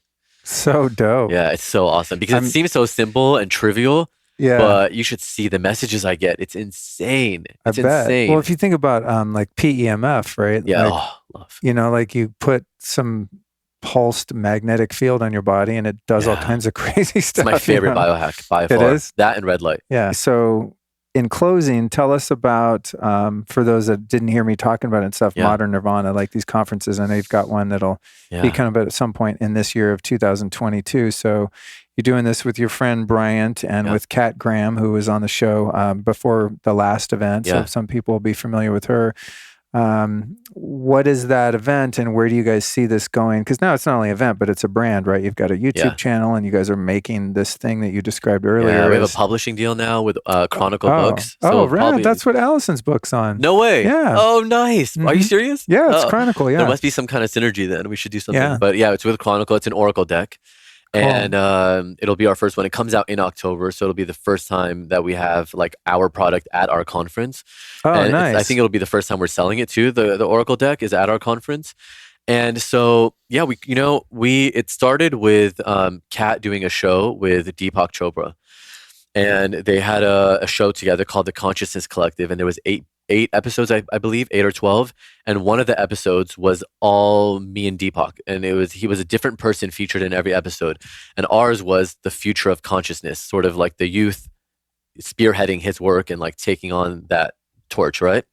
And so they call me after our interview and they say, we need B-roll of you speaking at a conference or speaking to a group of people.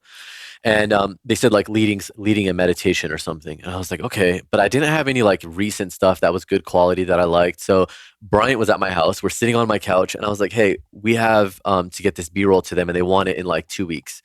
And he was like, okay. So I was like, let's put on an event. We'll just get like 30 friends. Well, actually, Kat said, get like 30 friends and just like talk and shoot it. I'm like, okay. Literally 2 weeks later, and you were at that conference, by the way, which is incredible. That's Remember the first with day I Sean met you. Dury? Yeah, That's yeah. the first time. Yeah, yeah. That's right. Yeah. So that was a really cool space too. It was wasn't like it down by amazing? UCLA. Yeah. It was the Art of Living, and they have like this gorgeous Art Deco. Like I would love to do it there again, actually. But just like LA Rad makes it so space. hard right now for events. Yeah. But really, LA LA would have makes been it hard great for for anything. everything I right know it's really hard to do God anything. bless them. Yeah, right. Everybody left. but still, like it's still the risk Yeah. of like we plan the whole thing and then a week later it gets Yeah. a week before it gets shut down or something. So we didn't want to risk it, so we're doing it in Austin. But they, we had 2 weeks to do it. 500 people came, and it was a free event. And we had like 10 vendors, incredible, from like PEMF, like you just mentioned, PEMF. There was Brain Tap, there was Bagavia Skincare, Upgrade Labs. Just an incredible event for literally 10 days to put together, 10 or 2 weeks. And when that ended, the pandemic kind of like hit a few months later. And Kat calls and she's like, hey, and Brian was at my house again. And she was like, that event was so successful. 500 people in 2 weeks. Literally, it was like 3 days before Halloween. These people could be anywhere. They're all young. Like everybody was in their 30s, 20s, maybe 40s, right? Like really young, the majority of people. And we're like, maybe this is a company and maybe people, need this. So we put it together and now it's an annual conference and it's just been incredible. At the last one, you spoke, Allison spoke.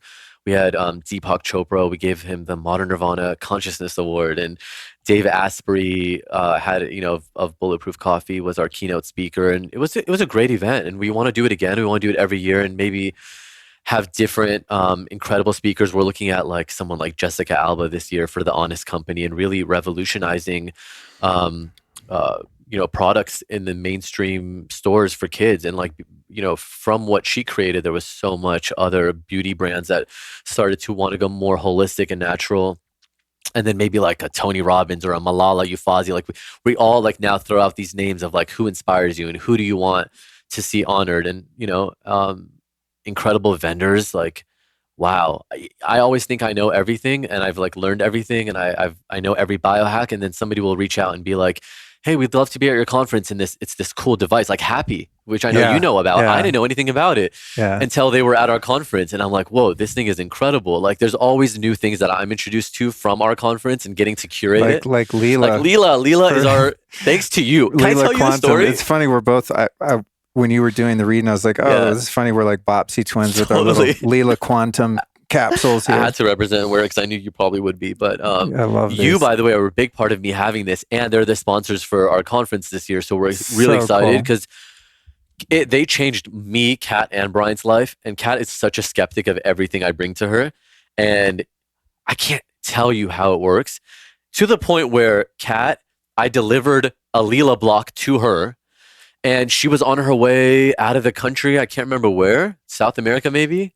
She was out of the country and she was going to be gone. Oh, Greece, to shoot a documentary about with refugees. She was going to be gone for like 2 weeks, and I accidentally sent it to her wrong house, not the one that she wanted it to be sent to. She's like, nobody's there. And I was like, well, I don't think they can reroute, but I'll try. She's like, well, maybe I can get to the other house, but like, can you put it in the block right now? Like right in the block that I get it in the next 10 minutes at this house. And I'm like, okay. So I write it in, and she's like on her way to the airport. She needs to leave now. I write it in. I'm like, I don't know how this is gonna work, but I put it in, and she calls me 2 minutes later and she's like, it just got here. I just got the block. And like literally it's like the way it works, Yeah. we're just like, how? But it's for people who don't know, it's Yeah. this quantum device where you put your intentions in there. And the way I got it is I have a client who she came to me from speaking at the I was speaking at the biohacking conference. I did a live healing for so many people. Literally people, it wasn't like ours just was so mellow and people might be watching and think every session's like that, but you were having the Kundalini experience at another one.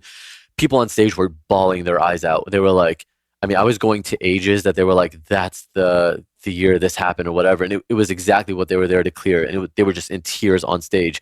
So because of that, of course, so many people wanted to know what it was about, and I got clients. One of them, she told me, and she was such a gift for telling me this. She goes, your session at the conference, because I did one for her on stage, your session, which yeah, now I can talk about that because it was on camera, on stage. She also said the second most important thing that I had at that conference was Leela, like introduction to Leela.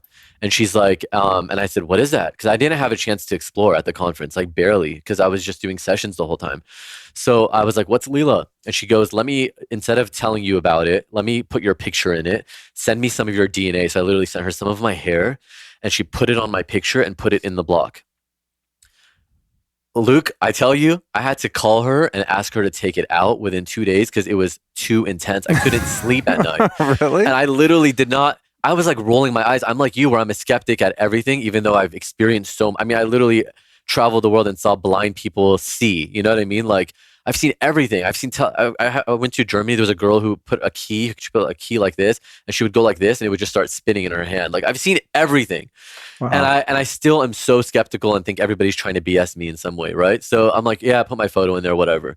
I couldn't even sleep. It was like a roller coaster ride.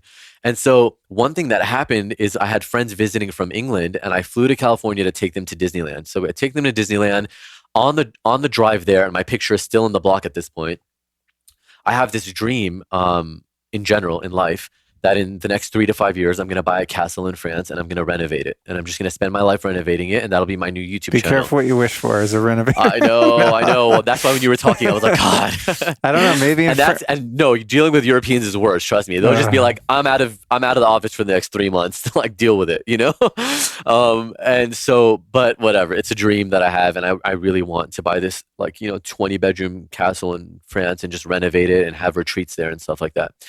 And so this girl that's driving with me knows that that's one of my goals. And she goes, Frank, and she lives in England, so they're all very European, and they go, they take a train anywhere. It's so easy there. And so she's like, have you thought about Italy? And she says, it's so much better.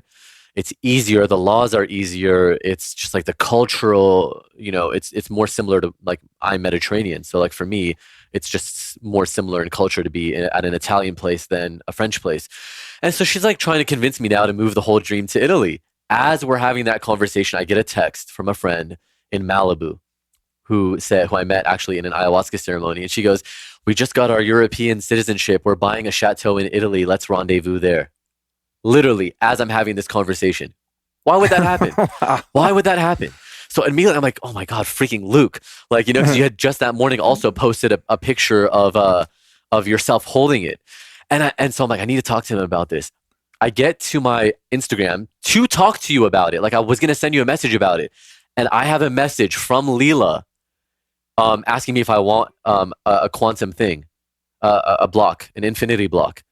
All this is happening, and I'm like, What what the is hell? But like, you know how this is. Like, these are Yeah. just things that happen when you're with this, working with this field. Yeah. And so I can't even imagine. Like, there's nothing more modern Nirvana. Like, this screams modern Nirvana is the Leela Quantum. So Wow. I can't wait to just like really go full on and show people what this is about. And Kat's like all in, and Brian's all in. They're the perfect partner That's for so us. great. They're really Yeah. great people too. Philip's been on Yeah. the show twice, and I think he's coming back here in a month or two. Yeah, it's great Oh, people. I'm good. really glad. I Yeah. love when beautiful people align Yeah. and join forces. That's super Yeah. cool. I almost feel like he wanted something like this and he attracted it, and we wanted something like that. Like, we wanted that perfect partner and he wanted that perfect opportunity. And I feel like somehow our intentions merged. Every time I talk to him, I Yeah. feel like that because he's so aligned Yeah. that I almost can't believe it. I almost can't believe it because everything we imagine say, too, he's like, like- that's exactly what we want. And I'm like, what? Well, imagine when you think about like a corporate sponsor, right? Yeah, You're yeah. like Mountain Dew. Like what? How do you align with No, like we can't do that. how do you align with an intentional brand Yeah. like that? You need people that are in the same zone, you know? Yeah, yeah. Super cool. Exactly. All right, last question. Who have Yeah. been 3 teachers or teachings that have influenced your life and your work that you might Ooh. share with us? Okay. The first 3 just popped into my head, so I'm going to say them. Good. Course in Miracles, which we talked about, right? That's the foundation. It's a beautiful work. I would say A Course in Miracles. And for anybody who hasn't heard of it, A Course in Miracles is a book and a workbook, right? So you can do the reading or just do the lessons, and it's 1 lesson a day. It's not that bad. The other one is another book, and actually I met Wayne Dyer. I was supposed to write a book for Hay House like 8 years ago, and I was still in college, and it fell through. The whole thing fell through. But what they did is they wanted me to meet their authors, and they invited me to they had an event, a yearly conference, I think yearly. It was called I Can Do It. It was this big Hay House I Can Do It, and they introduced me to Wayne Dyer, and Wayne Dyer is talking about this book, and it's called the Vasistha's Yoga, and he says, I think I've transcended. He's like, I only read 2 to 3 pages a day, and then I put it away and I just contemplate it because it's just mind bending. The book is mind bending. It really is. It's so trippy. And he's like, but I think I've transcended. He's like, I think this is it. And a few months later, he died. A few months later, after that, he died. And that book has been, I'm only like how you are with the Course in Miracles. I'm like that with Vasistas. I've had it for like 8 years now. And I've read it I've probably not even halfway through because I pick it up every literally like 4 months and read like 3 pages. But I will say when I first got it, I hugged it. I literally hugged it because I just knew in my heart that I was supposed to have this book. And I put it on my nightstand and I went to bed. And it's the first and only time I've ever had sleep paralysis. But I woke up in the middle of the night and I couldn't move anything. And only my eyes were open. And I remember being like, oh my God, I can't move my body. And I was like terrified. But I go, I am Brahma, I am Brahma, I am Brahma. And then I fell back asleep. I'd never even heard the word Brahma, literally.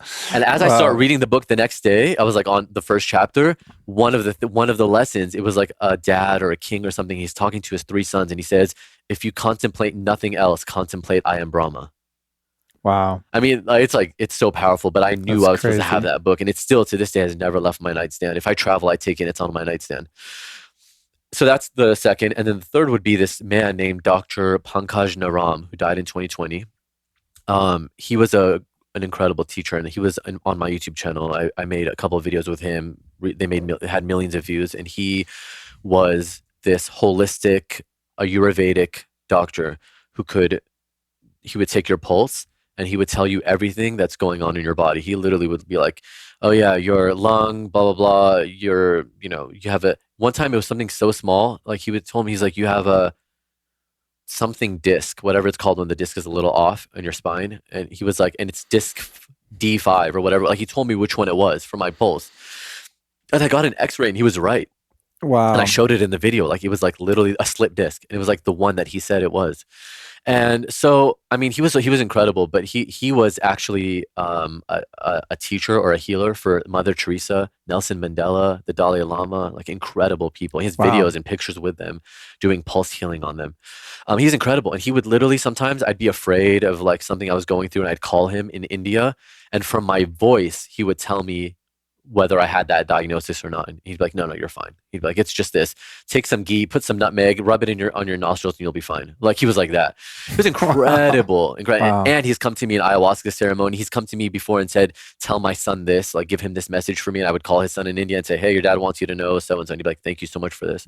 Wow. But really incredible guy, Dr. Naram, Naram. So yeah, I would say he was one of them. Just wow, Cool. remarkable. Yeah. Thank you for sharing that. Yeah, of course. Thanks for asking. Yeah. Wow. So many, you have such a charmed life, so many interesting experiences. Thank you. Yeah. Yeah, it's easier to it's a see lot. someone else's charmed life than your own. I was gonna say, I'm thinking the same about you. I've had a lot of crazy experiences too, but I'm like, whoa, dude. It's a roller coaster ride, isn't Yeah. it? It's insane. I knew this was going to be a fun one. I'm glad we finally got her done. Last thing is, where can people find you on social, websites, stuff like that?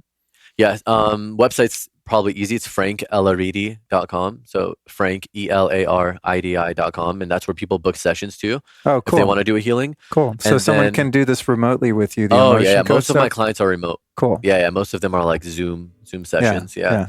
And then on social, I'm only on Instagram, which is F like Frank Elaridi at F Elaridi. And then our YouTube channel is Modern Nirvana, and that's where you can, watch all this trippy stuff we're talking about. Yeah, that's where I was watching the third eye stuff, videos and stuff, right? So there's actually a third eye playlist on the Modern Nirvana YouTube channel. Right. So yeah. Yeah, fascinating stuff. Super cool. Yeah, well, thanks for joining me, dude. Thank you, Luke. Yeah, Thank good you. to I see appreciate it. Yeah. Thanks. And move to Austin. Yeah, we'll see. No, Dallas is close. The conference will be in Austin. Yeah. Good enough. Good enough. Fair enough. Yeah. All right. Thanks, brother. Thanks, brother. I appreciate it. Yep. Boom. That's another one down, folks. Thank you so much for listening and really for your commitment to the inner journey of healing and awakening. I mean, really, the fact that you listen to podcasts like this one mean you are one of the few human beings on the planet that seek a deeper understanding of life's great mysteries and gifts. And I truly appreciate your presence and support immensely. I'm doing prayer hands right now. Like, thank you for joining me on these conversations. From me to you. I know you can only hear my voice. I can't hear yours. But I know you're out there. I'll be back with another banging episode next Tuesday. It's $3.99, man. We're almost up to 400 episodes. It's incredible. I can't believe I've been doing this going on almost 7 years now. And I guess not surprisingly, I'm still into it, still passionate about every one of these conversations. So thank you for allowing me to do that. And $3.99 is called The Power of Hypnosis and Guided Meditation with Sarah Raymond. Another sort of interactive episode next week. We did a hypnosis session and then talked about it and a number of other things in that conversation. So I'm really excited to be back with you next week. And I also look forward to seeing many of you soon at Paleo FX, April 29th through May 1st, right here in Austin, Texas. You can get your tickets at lukestory.com/events. And to learn more about Modern Nirvana and their upcoming 2022 conference, you can go to modernnirvana.com/conference. And finally, as a listener to this show, I'm guessing you might want to enhance your health and join me in building the ultimate lifestyle. And I've made that really easy at my online store, which you can find at lukestory.com/store. There you will find every single supplement and technology I've discovered in my 25 years of research and experimentation. There are sections there that help support you with sleep, EMF, blue light, herbs, superfoods, skincare, fitness, water, and more.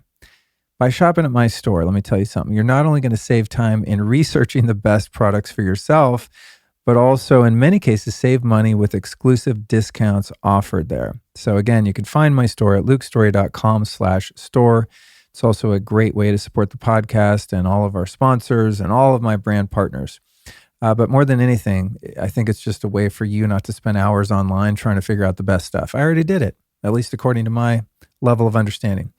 So thank you for supporting yourself and the work I'm doing there at lukestory.com/store. Okay, that's it. Thank you so much. And I'll be back next week talking about hypnosis.